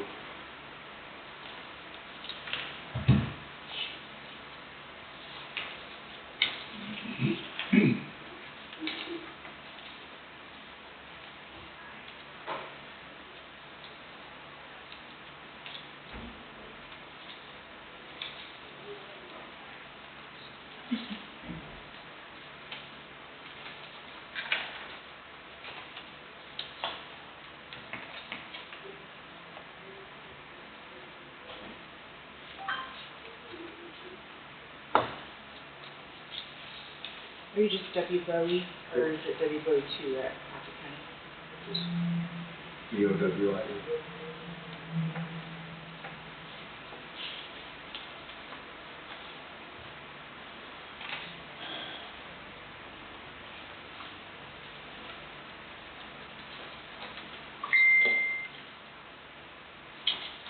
No, it's back.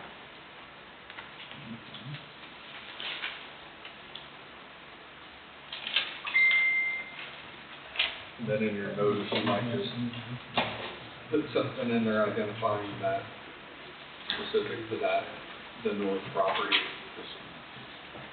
In the motion? Yep. Because that's where the tax is.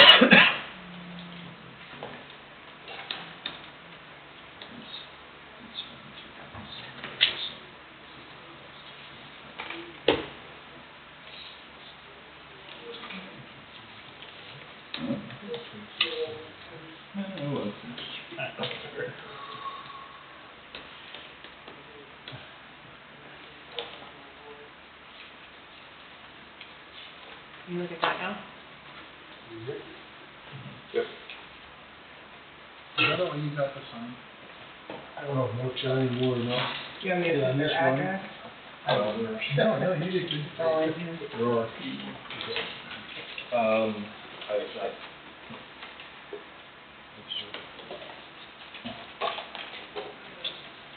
In brackets, you could put the 1234 Old Highway 50, but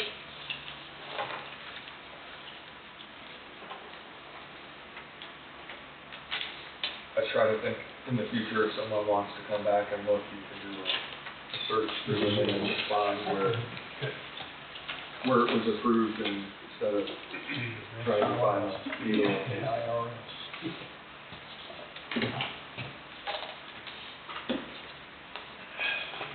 Alright. So we're set for the motion. I'd entertain a motion to publish the notice of public hearing for the sale and disposition of the north property, which is 1234 Old Highway 50, Lebo, Kansas, 66856, 71.65 acres. And the hearing on Monday, September 28th, 10 a.m. in the Coffee County Commission Chambers, room 201, related to the sale and disposition of surplus county property and to allow the opportunity for public comment and notice of method of sale. I'll second that. Parker moved, Thompson seconded. Any further discussion? Does it have to have a sale date in there? You've got- Well, this is for the public hearing, so,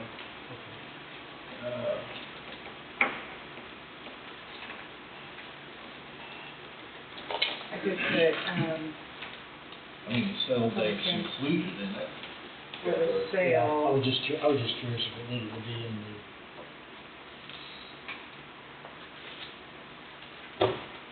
Um,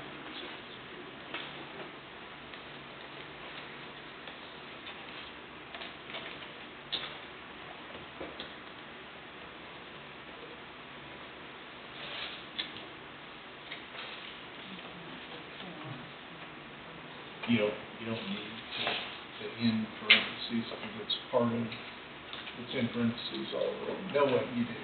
You want to put the, Okay, I see where you put it at. yeah. you need the location in there or not? it's on, deposition of the, It is in the notice. 434 highway. Or do you mean the location of Just where the auction should be held. Yeah. Oh. So, but, I mean, that's good.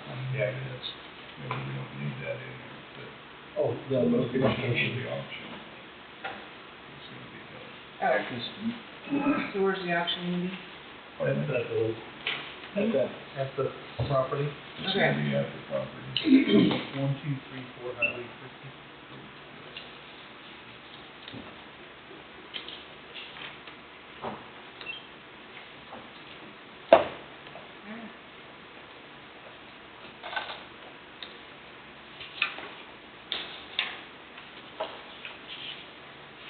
okay, we added a line in parentheses, additional information, I guess. So the motion reads to publish the notice of public hearing for the sale. And it says in parentheses, auction date Thursday, September 24th, 2026 at 6 p.m. Located at 1234 Old Highway 50, Lebo, Kansas 66856. And then Does The your rest- motion need to be struck in that one? I don't know, we think, wait, I mean, we didn't, the only thing we changed, the motion didn't change, but we Right. added the information in parentheses about the auction date. And location. Where the auction? I missed it, that it, someone moved and seconded. Yeah, Yeah. you see the motion on your And then- pad there? And then during discussion, it would just, We added the auction time and location of the auction. So probably, It didn't change the motion concerning the public hearing, that we just added the information about the auction date. it's probably fine. I'm good with proceeding. Okay. You want me to read the whole thing? I can, if you want me to. It might be okay. Just to be safe, I'll read it. Yeah. How's that? Okay. Okay, I got Parker moved to publish the notice of public hearing for the sale, in parentheses, auction date, Thursday, September 24, 2026 at 6 p.m. Located at 1234 Old Highway 50, Lebo, Kansas 66856. In parentheses. In disposition of the north property, and we got in parentheses again, 1234 Old Highway 50, Lebo, Kansas 66856 -71.65 acres, in parentheses. On Monday, September 28th at 10 a.m. in the County Commission Chambers, Room 201, related to the sale and disposition of surplus county property, and to allow the opportunity for public comment and notice of method of sale. Thompson seconded. Any further discussion? Oh, it's that we passed it, motion passed. Right? No, you're We didn't vote finishing on that Yeah, now. okay, sorry, it says motion passed. I'm sorry. All in favor, Got say it. aye. Aye. Got it. Opposed? Passes 5-0. But you just knew it was gonna pass. I know. Sorry. Mind reader today. I didn't think we made it that far. You haven't. She was looking for that discussion.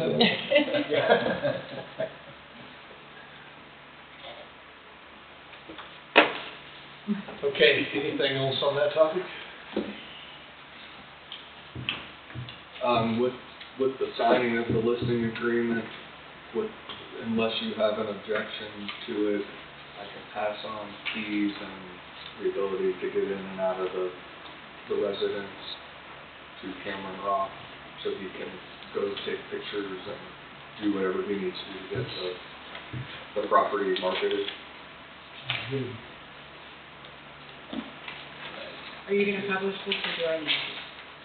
I need to fix something, Okay, and then you, I'll bring it back so you can sign it, 'cause you'll need to keep a copy, and then one of us can sign it. just let me know So, if I'm supposed to read it or Nope. not. Cause I don't wanna forget. I just need to fix that word that I misspelled. Okay. All right, we'll, get the Ray from Roundtable to also, as part of Roundtable, I guess, I mean, we'll discuss the tourism appointment and R&R on the budget. So, I guess we just go around and take care of that stuff first. Wade, do you have anything else? Some conversation that's been going on kind of behind the scenes. I don't know if you recall signing the invoices for the postage machine. The county has a lease for the current postage machine, and the lease expires at the end of the year. The amount to renew the lease for, I'm assuming it'll replace what we have, an IX7 Pro auto feed 10-pound scale. It's a 63-month lease, billed quarterly, $564.80, and then billed annually, the service or maintenance contract of $229 a month. The equipment is $564.80 per month. That got me to thinking, and what is that price over that 63-month period? It's $30,000. Or 63 months. Or do you purchase the same postage machine outright, and then you pay for an annual service contract? The equipment itself, for this particular model, $21,165, $75 a month for the meter, and then $3,106 annually for a maintenance contract. You end up, in my opinion, better off by purchasing outright, which then in turn means that because of those amounts, that we need to go out for bids and have, this is a company out of, they've got an office in Kansas City. To potentially put it out for bids and see if we can get a better deal and have one that the county owns. To me, 63 months at $564.80 a month. You multiply that over time, and you can a lot more than what you need to for, especially if you have a maintenance contract. It seems to me like it's a push to try to do that, put it out for bids, and maybe somebody even cheaper Right. can do that. So the county's lease on the current equipment that it has ends at the end of the year, and I want to try to stay ahead of it. Yeah. But that's an amount that I wasn't comfortable making a decision on. So with your blessing and approval, I can put together a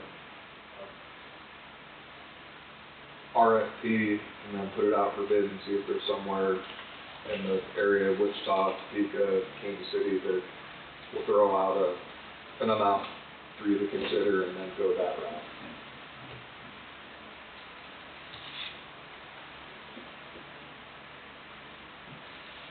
Does that work for you? Yes, that sounds good to me. Proceed. Okay. How much money do we save on postage by having a machine? I know there's a discount on postage when you run through. Do we know, like, how much postage savings there is using a machine? I don't. I think from a logistics standpoint, it may help having it here because of the mass mailing to go out. Definitely does, but I know there's a savings though. I know there's a lot of mail that runs through it, and I'm just curious how much that. Yeah, I don't know that number, but I know it's difficult to go to the post office and write mail things. With as much mail as you've Yeah. got, that would be. I mean, to put a stamp on everything or something like that would be just impossible almost. Yeah. It just, to me, it makes sense based on the numbers to own it if you have a maintenance Oh, plan. that's what it is.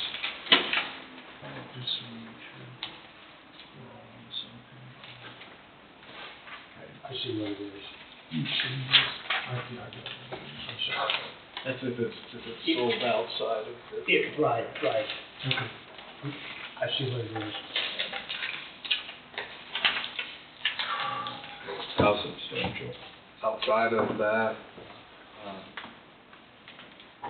Missed that.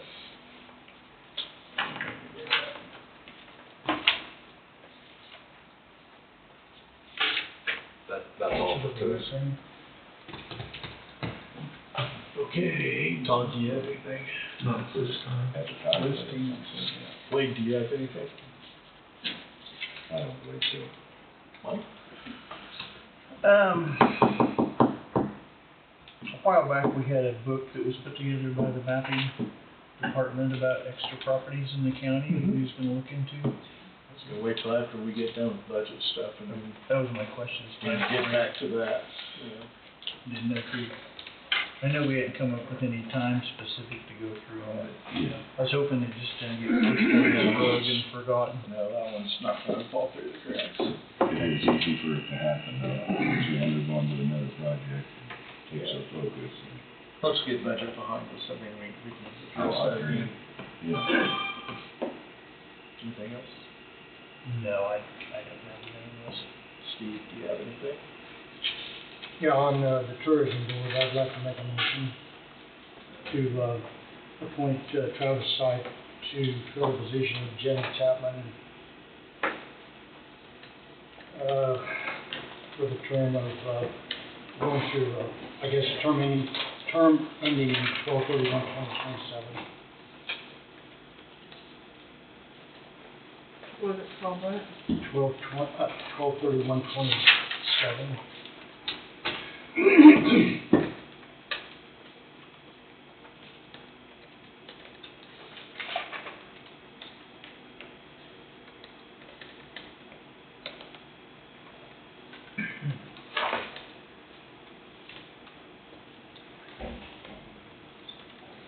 Is that good? Should we refer to it as an unexpired term or Yeah. just,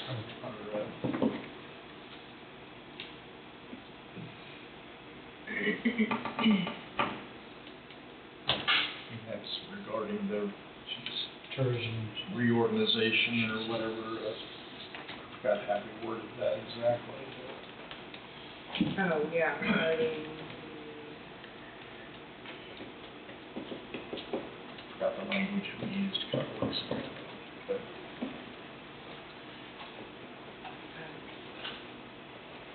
I think it's like reconstitution or something like that.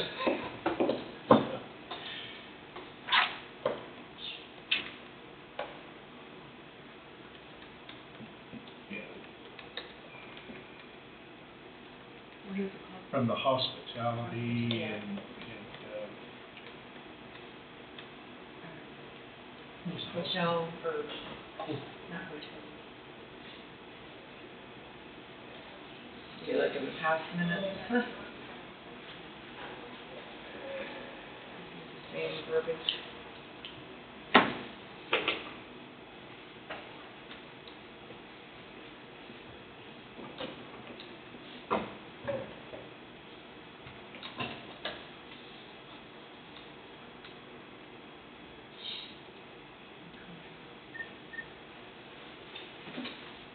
Okay. Reconstituting the Tourism and Visitors Board, what that was called. Yeah, reconstituted. It's close. Oh. Do something. Do I? Oh, yeah. Great job. I gotta find the other word.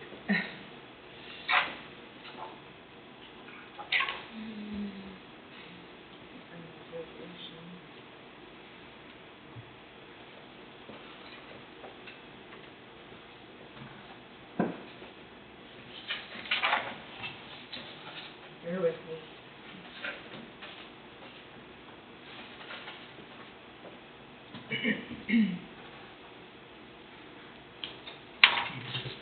Put that language in yet. I'm going to the resolution.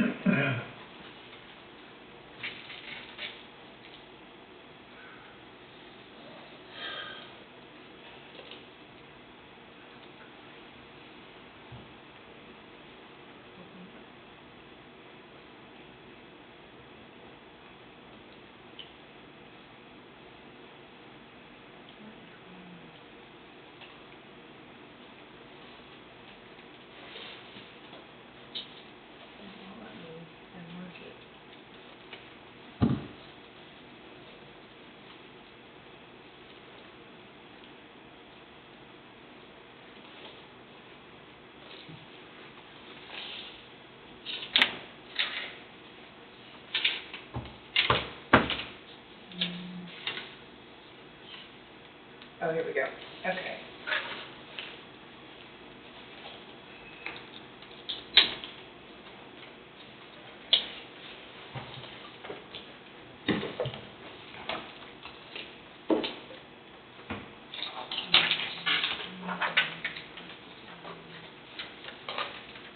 Hotel and motel industry.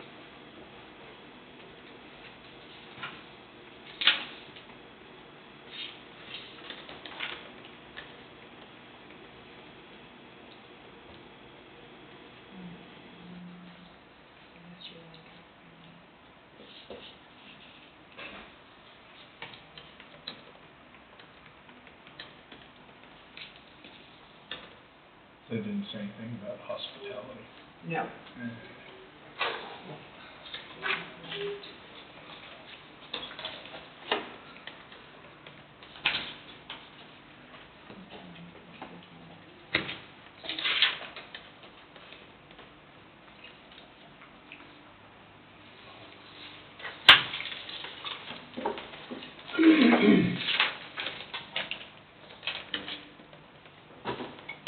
And keeping up on the changes there on the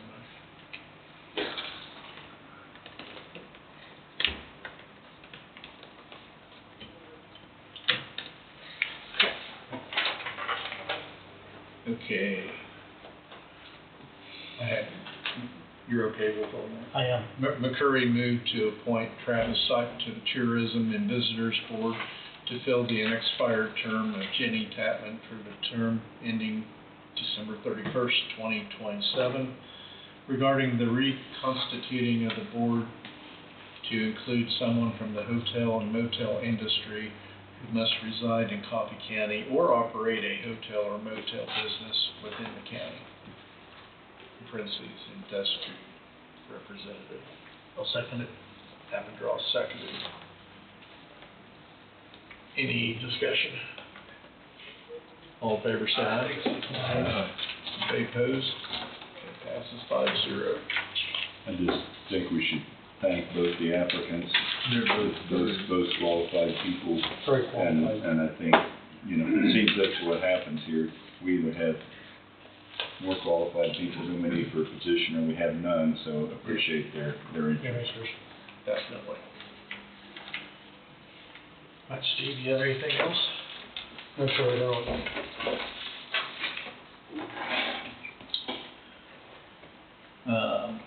Last week, I did go to attended a special meeting of the Housing Authority.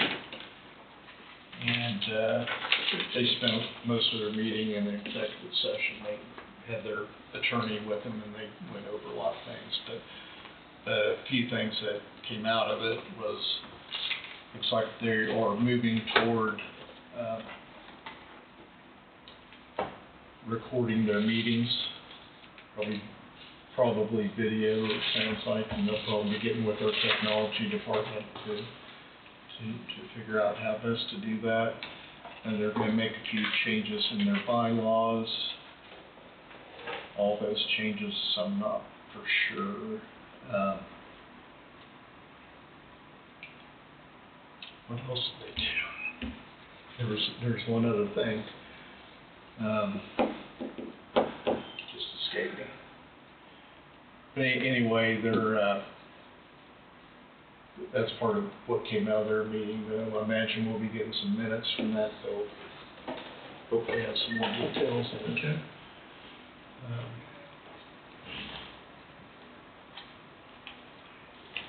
Wade, did Philip get with you at all on any of that, any of those changes or what they discussed? Or? No. Yeah. So this, bringing up and monitoring their meetings on YouTube, is that going to be a county cost? Are they going to do it themselves, or are we going to be looking at doing this with all of our boards? I would assume that would be their cost, I mean, doing that. But as far as I guess the expertise in figuring out what they need, I think they're going to consult Adam. I don't know the guys' other feeling, but I still think they need to be in the courthouse. I agree.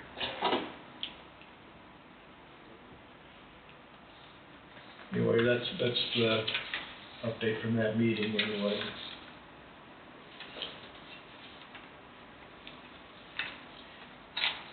Can I ask a question? I attended that meeting as well. The agenda that was sent out shortly before the meeting had on it that there were public comments. And maybe that was an error on, the office part. But I had intended to ask a few, just a few questions briefly, whether they answered or not. And their attorney, I could ask one question and then that was it. One board member spoke up and said, this is public comment, but it didn't matter. I'm concerned, they're showing a negative 178,000 and something in unrestricted net assets and can't get an answer as to what it is. I know the auditors cleared them, but at the end of 2025, they finished the year with a negative $53,000 or $58,000 and a loss in their general fund. And then as they went over to January, that was combined for the negative with their previous unrestricted net assets for a total of $178,000 or something. So I mean, if you have a loss and you're carrying that forward, those two figures added up to that $178,000. And there have been interest expense through the year. I think at the end of the year it was $58,000 and something. That's almost $5,000 a month. And if they're out of debt, where did the money come from to pay off the debt? And I believe this was on the Leroy Triplex. But I was trying to ask just a few questions, in the first 5 minutes time allotment, but, I understand that they couldn't answer right at that time. But I was hopeful that I could ask questions and that I received some kind of response later. Thank you. Thank you. Now hopefully we get some additional answers, I guess, soon. Shirley's forwarded me some emails from down there, and she just asked some simple questions of Lindsay, and Lindsay responded back to her, quote, "Shirley, was there a specific record you're requesting? I do not see one in your email." No other response. And for county people to be working with patrons of our county to respond to them that way, or asking them to seek a Cora or something like that, I don't think is professional. I mean, she could pick the phone up and talk with her, if she could respond to, she's got the questions that she asked here in her email. So I think there's some situations there that need to be rectified.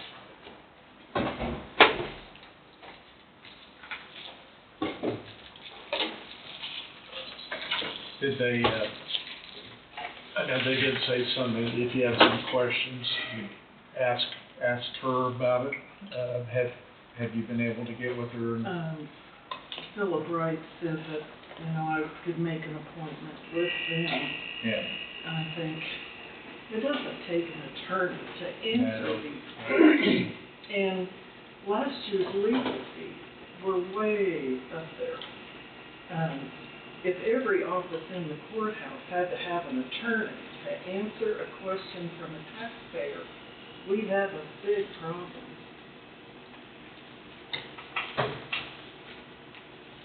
Of course, they're just not an office. I mean, they're able to operate as their own entity, basically, because of resolution.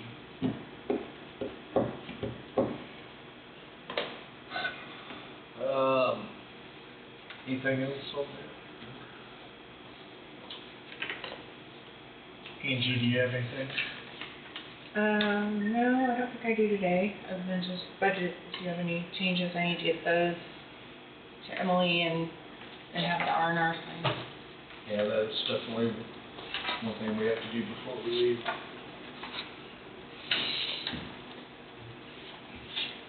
Did everybody have a chance to look over the last, the most up-to-date budget?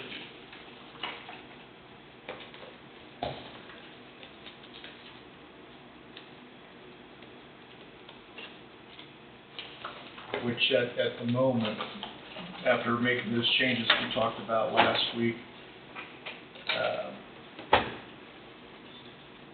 we're sitting at an estimated 54.417 mils,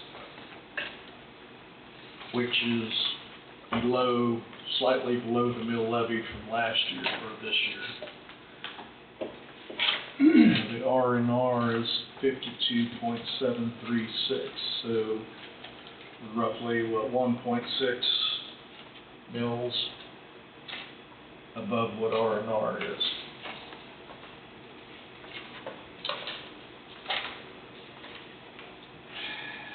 $1 mil is roughly $700,000. So we're looking at that $1.5, $1.6 million to get to R&R.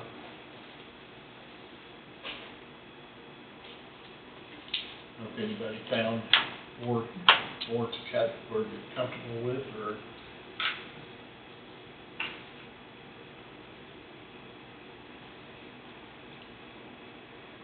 and next year, if we end up going to the asphalt line item again, we may have to start picking some roads to turn back to gravel. That's a little bit extreme, but anyway. I know what you're saying.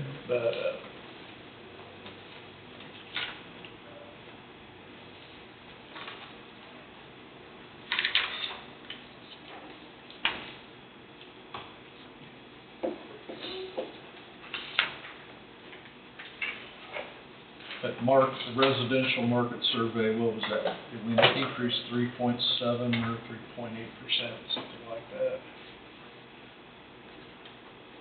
Say that again, Mark.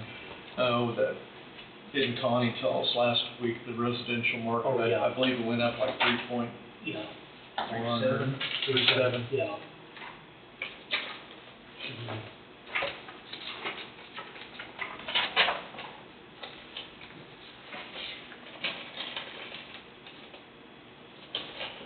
Which I believe, I grabbed my wrong budget, I had these are So last year we had levied just under 37 million.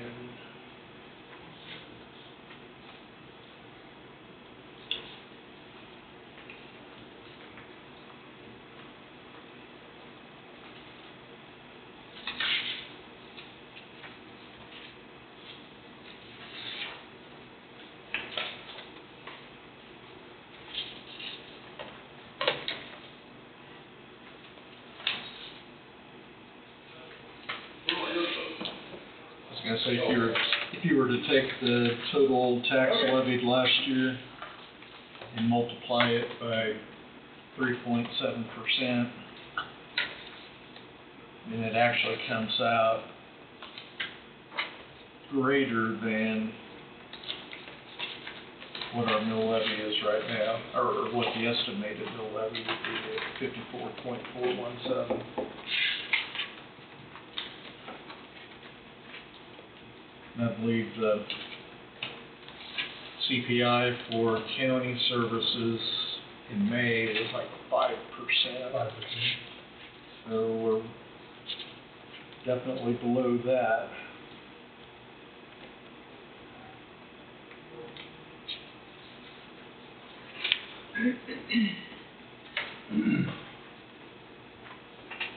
And you would, I should know this now, unencumbered cash, what does that represent? That's the cash that's not designated for anything, it's just the cash the county has Okay. that you're gonna, In each department, is that correct? it's, well, the individual funds have unencumbered cash. Okay. So like your health department will have unencumbered cash. Your overall general fund includes all those departments that have unencumbered cash. Okay. They don't have specific unencumbered cash for them. So anyway, the budget, the way it is at the moment, at the estimated 54.417 mils, that represents roughly a 3.2% increase. And that's at the 54.417? Yeah.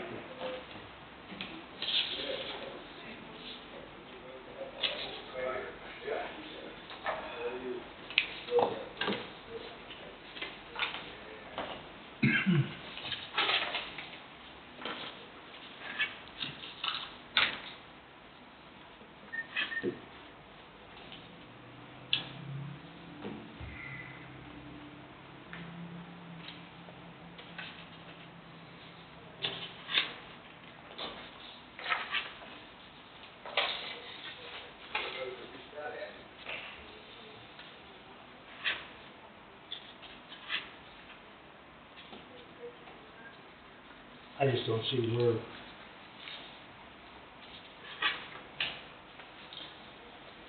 I just feel like all the departments have done a really good job of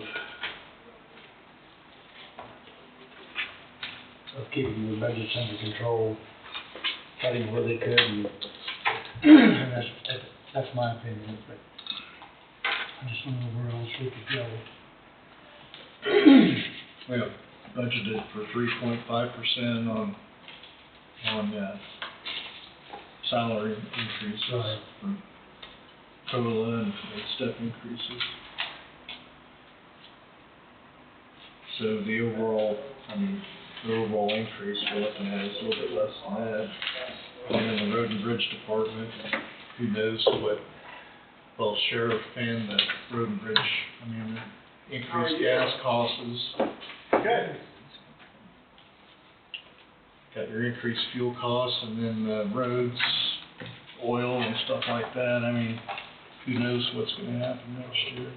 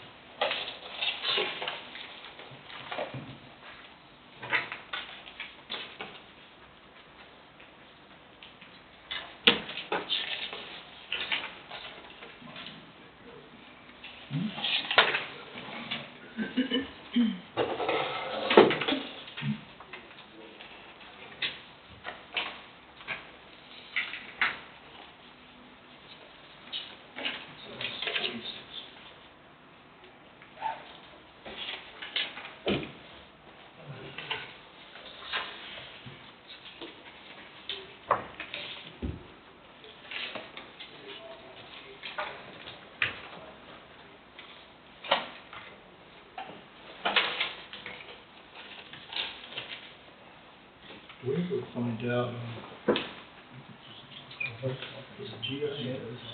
It's included in this year's Okay. budget for 2026. But not So, next year. yeah. Okay.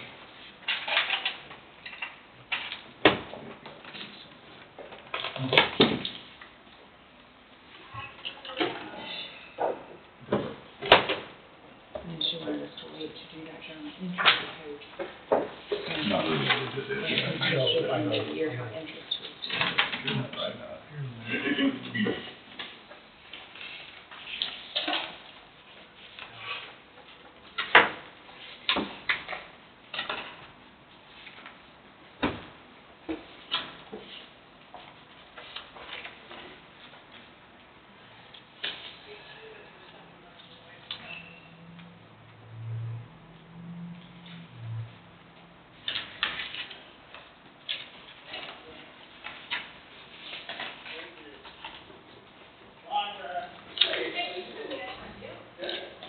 Guess one option we could do, since by statute today, we have to have the letter to the county clerk regarding the R&R. We could do a letter saying of, it's, what is it, a letter of intent to exceed R&R? And then you don't have to, if you come up with something We can- else in the next few weeks, to still lower it, but Still keep pursuing that, but go ahead and publish our notice. Because today's the day, is that correct? Yeah. The one thing we did do from last week anyway, at least we got in, we're under, slightly under what the mill levy was last year. So, but it is above the R&R rate, so.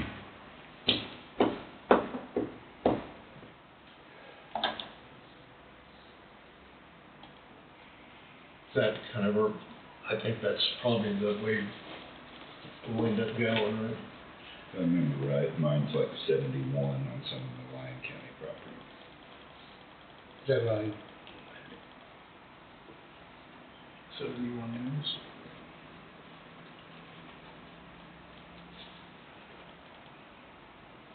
So do you have a sample motion for us or anything, or? well, I looked back last year and we didn't do any kind of motion, and Emily didn't think we needed to do any kind of motion, but it's up to you. If you want me to sign something, Wade probably thinks we need a motion probably, right? So, let me go back and look, maybe Just saying. 122. Having a record to refer to where somebody wants to say, well, there's nothing in the minutes that says they approve this. Plus, we wanna make sure everybody's on board. We can keep going through the budget, like I said, for the next couple of weeks, and then, see if we can identify a few more places to go a little bit lower.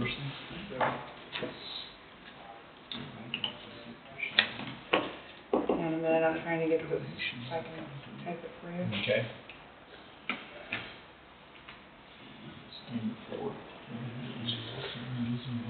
I've printed this budget out so many times, I have to make sure I'm in the most recent version. That's a good question.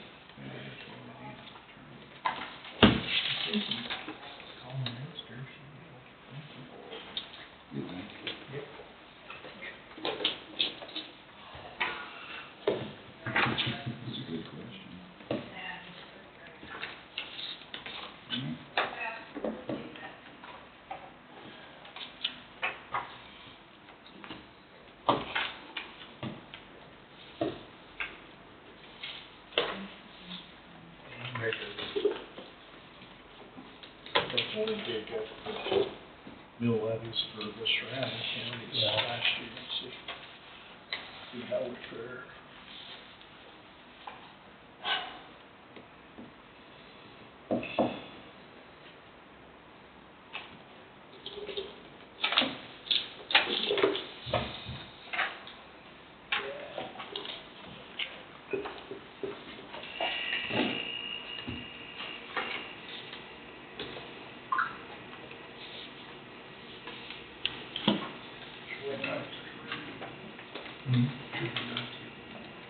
I'd like to see another mill. I think there's some spending that's done out there that just going over some of the stuff that we're seeing with Amazon and things like that.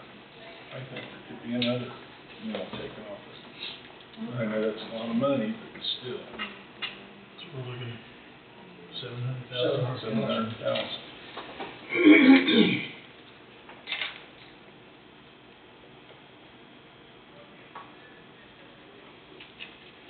What was that revenue neutral right now?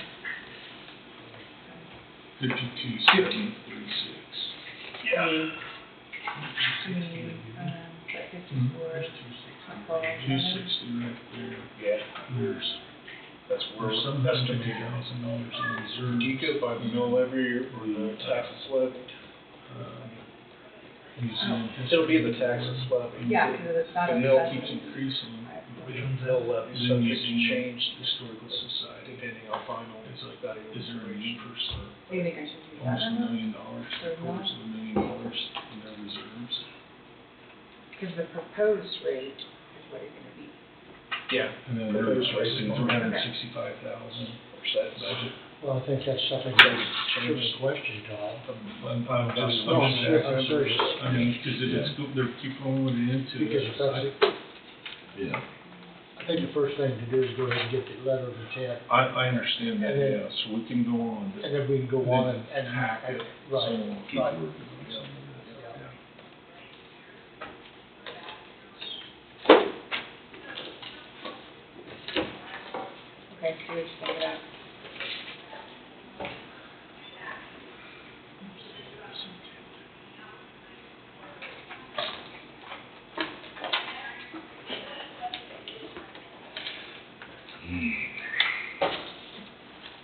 You looking at the savings? If that's what we need in the letter, then sounds good to me. Looking at their assets. And this is what their county support what their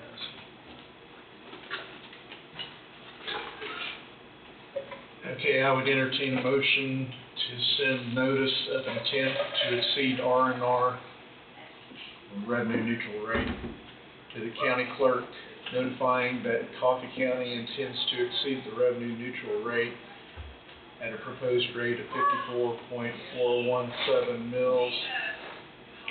And the date of hearing will be August 24, 2026, 9:20 a.m. in the Coffee County Commission chambers. I'll make that motion. Second. McCurry moved, Avondroff seconded. Any further discussion? Will we make a motion again on this, or will that be said if we don't find anything else out Well, I don't think we need another, I mean, this is by statute, but there? By statute, yeah, but, But I think by the time we have, when we have the hearing, I mean, we'll have the revenue neutral hearing and everything, but we can lower it to whatever we come You just to, want to. whenever we figure out, Dan, is that correct? Mhm. Am I thinking right? I don't think we need any more motions between now and then.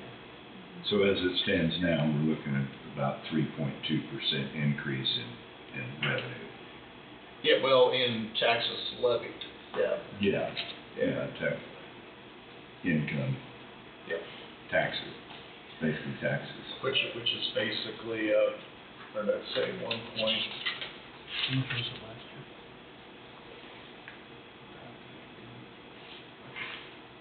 yeah, so if we were to get down to revenue neutral rate, we need to cut about $1.2 million. Somewhere. I mean, we already cut quite a bit. What did we cut, like 4 million or something like that? So. Any other discussion? All in favor, say aye. Anybody opposed? Okay, I just want to make sure that we go back and look at it instead of just letting it slide on by. Okay, passes 4-1. Parker opposed.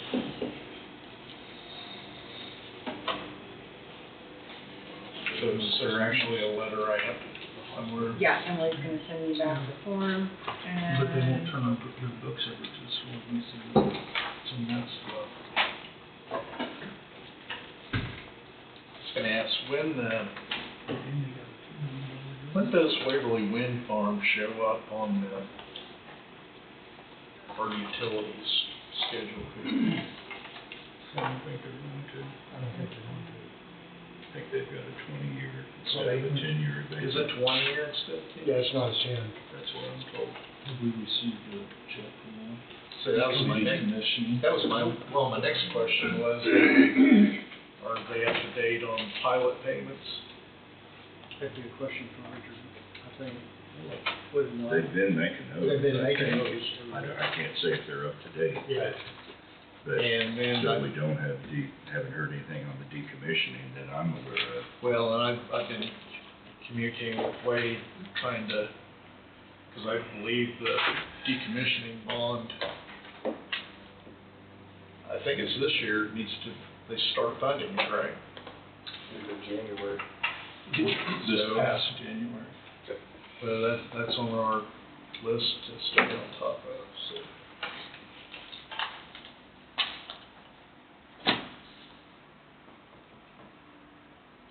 Do you have anything else, Angie? I do not. Does anybody else have anything?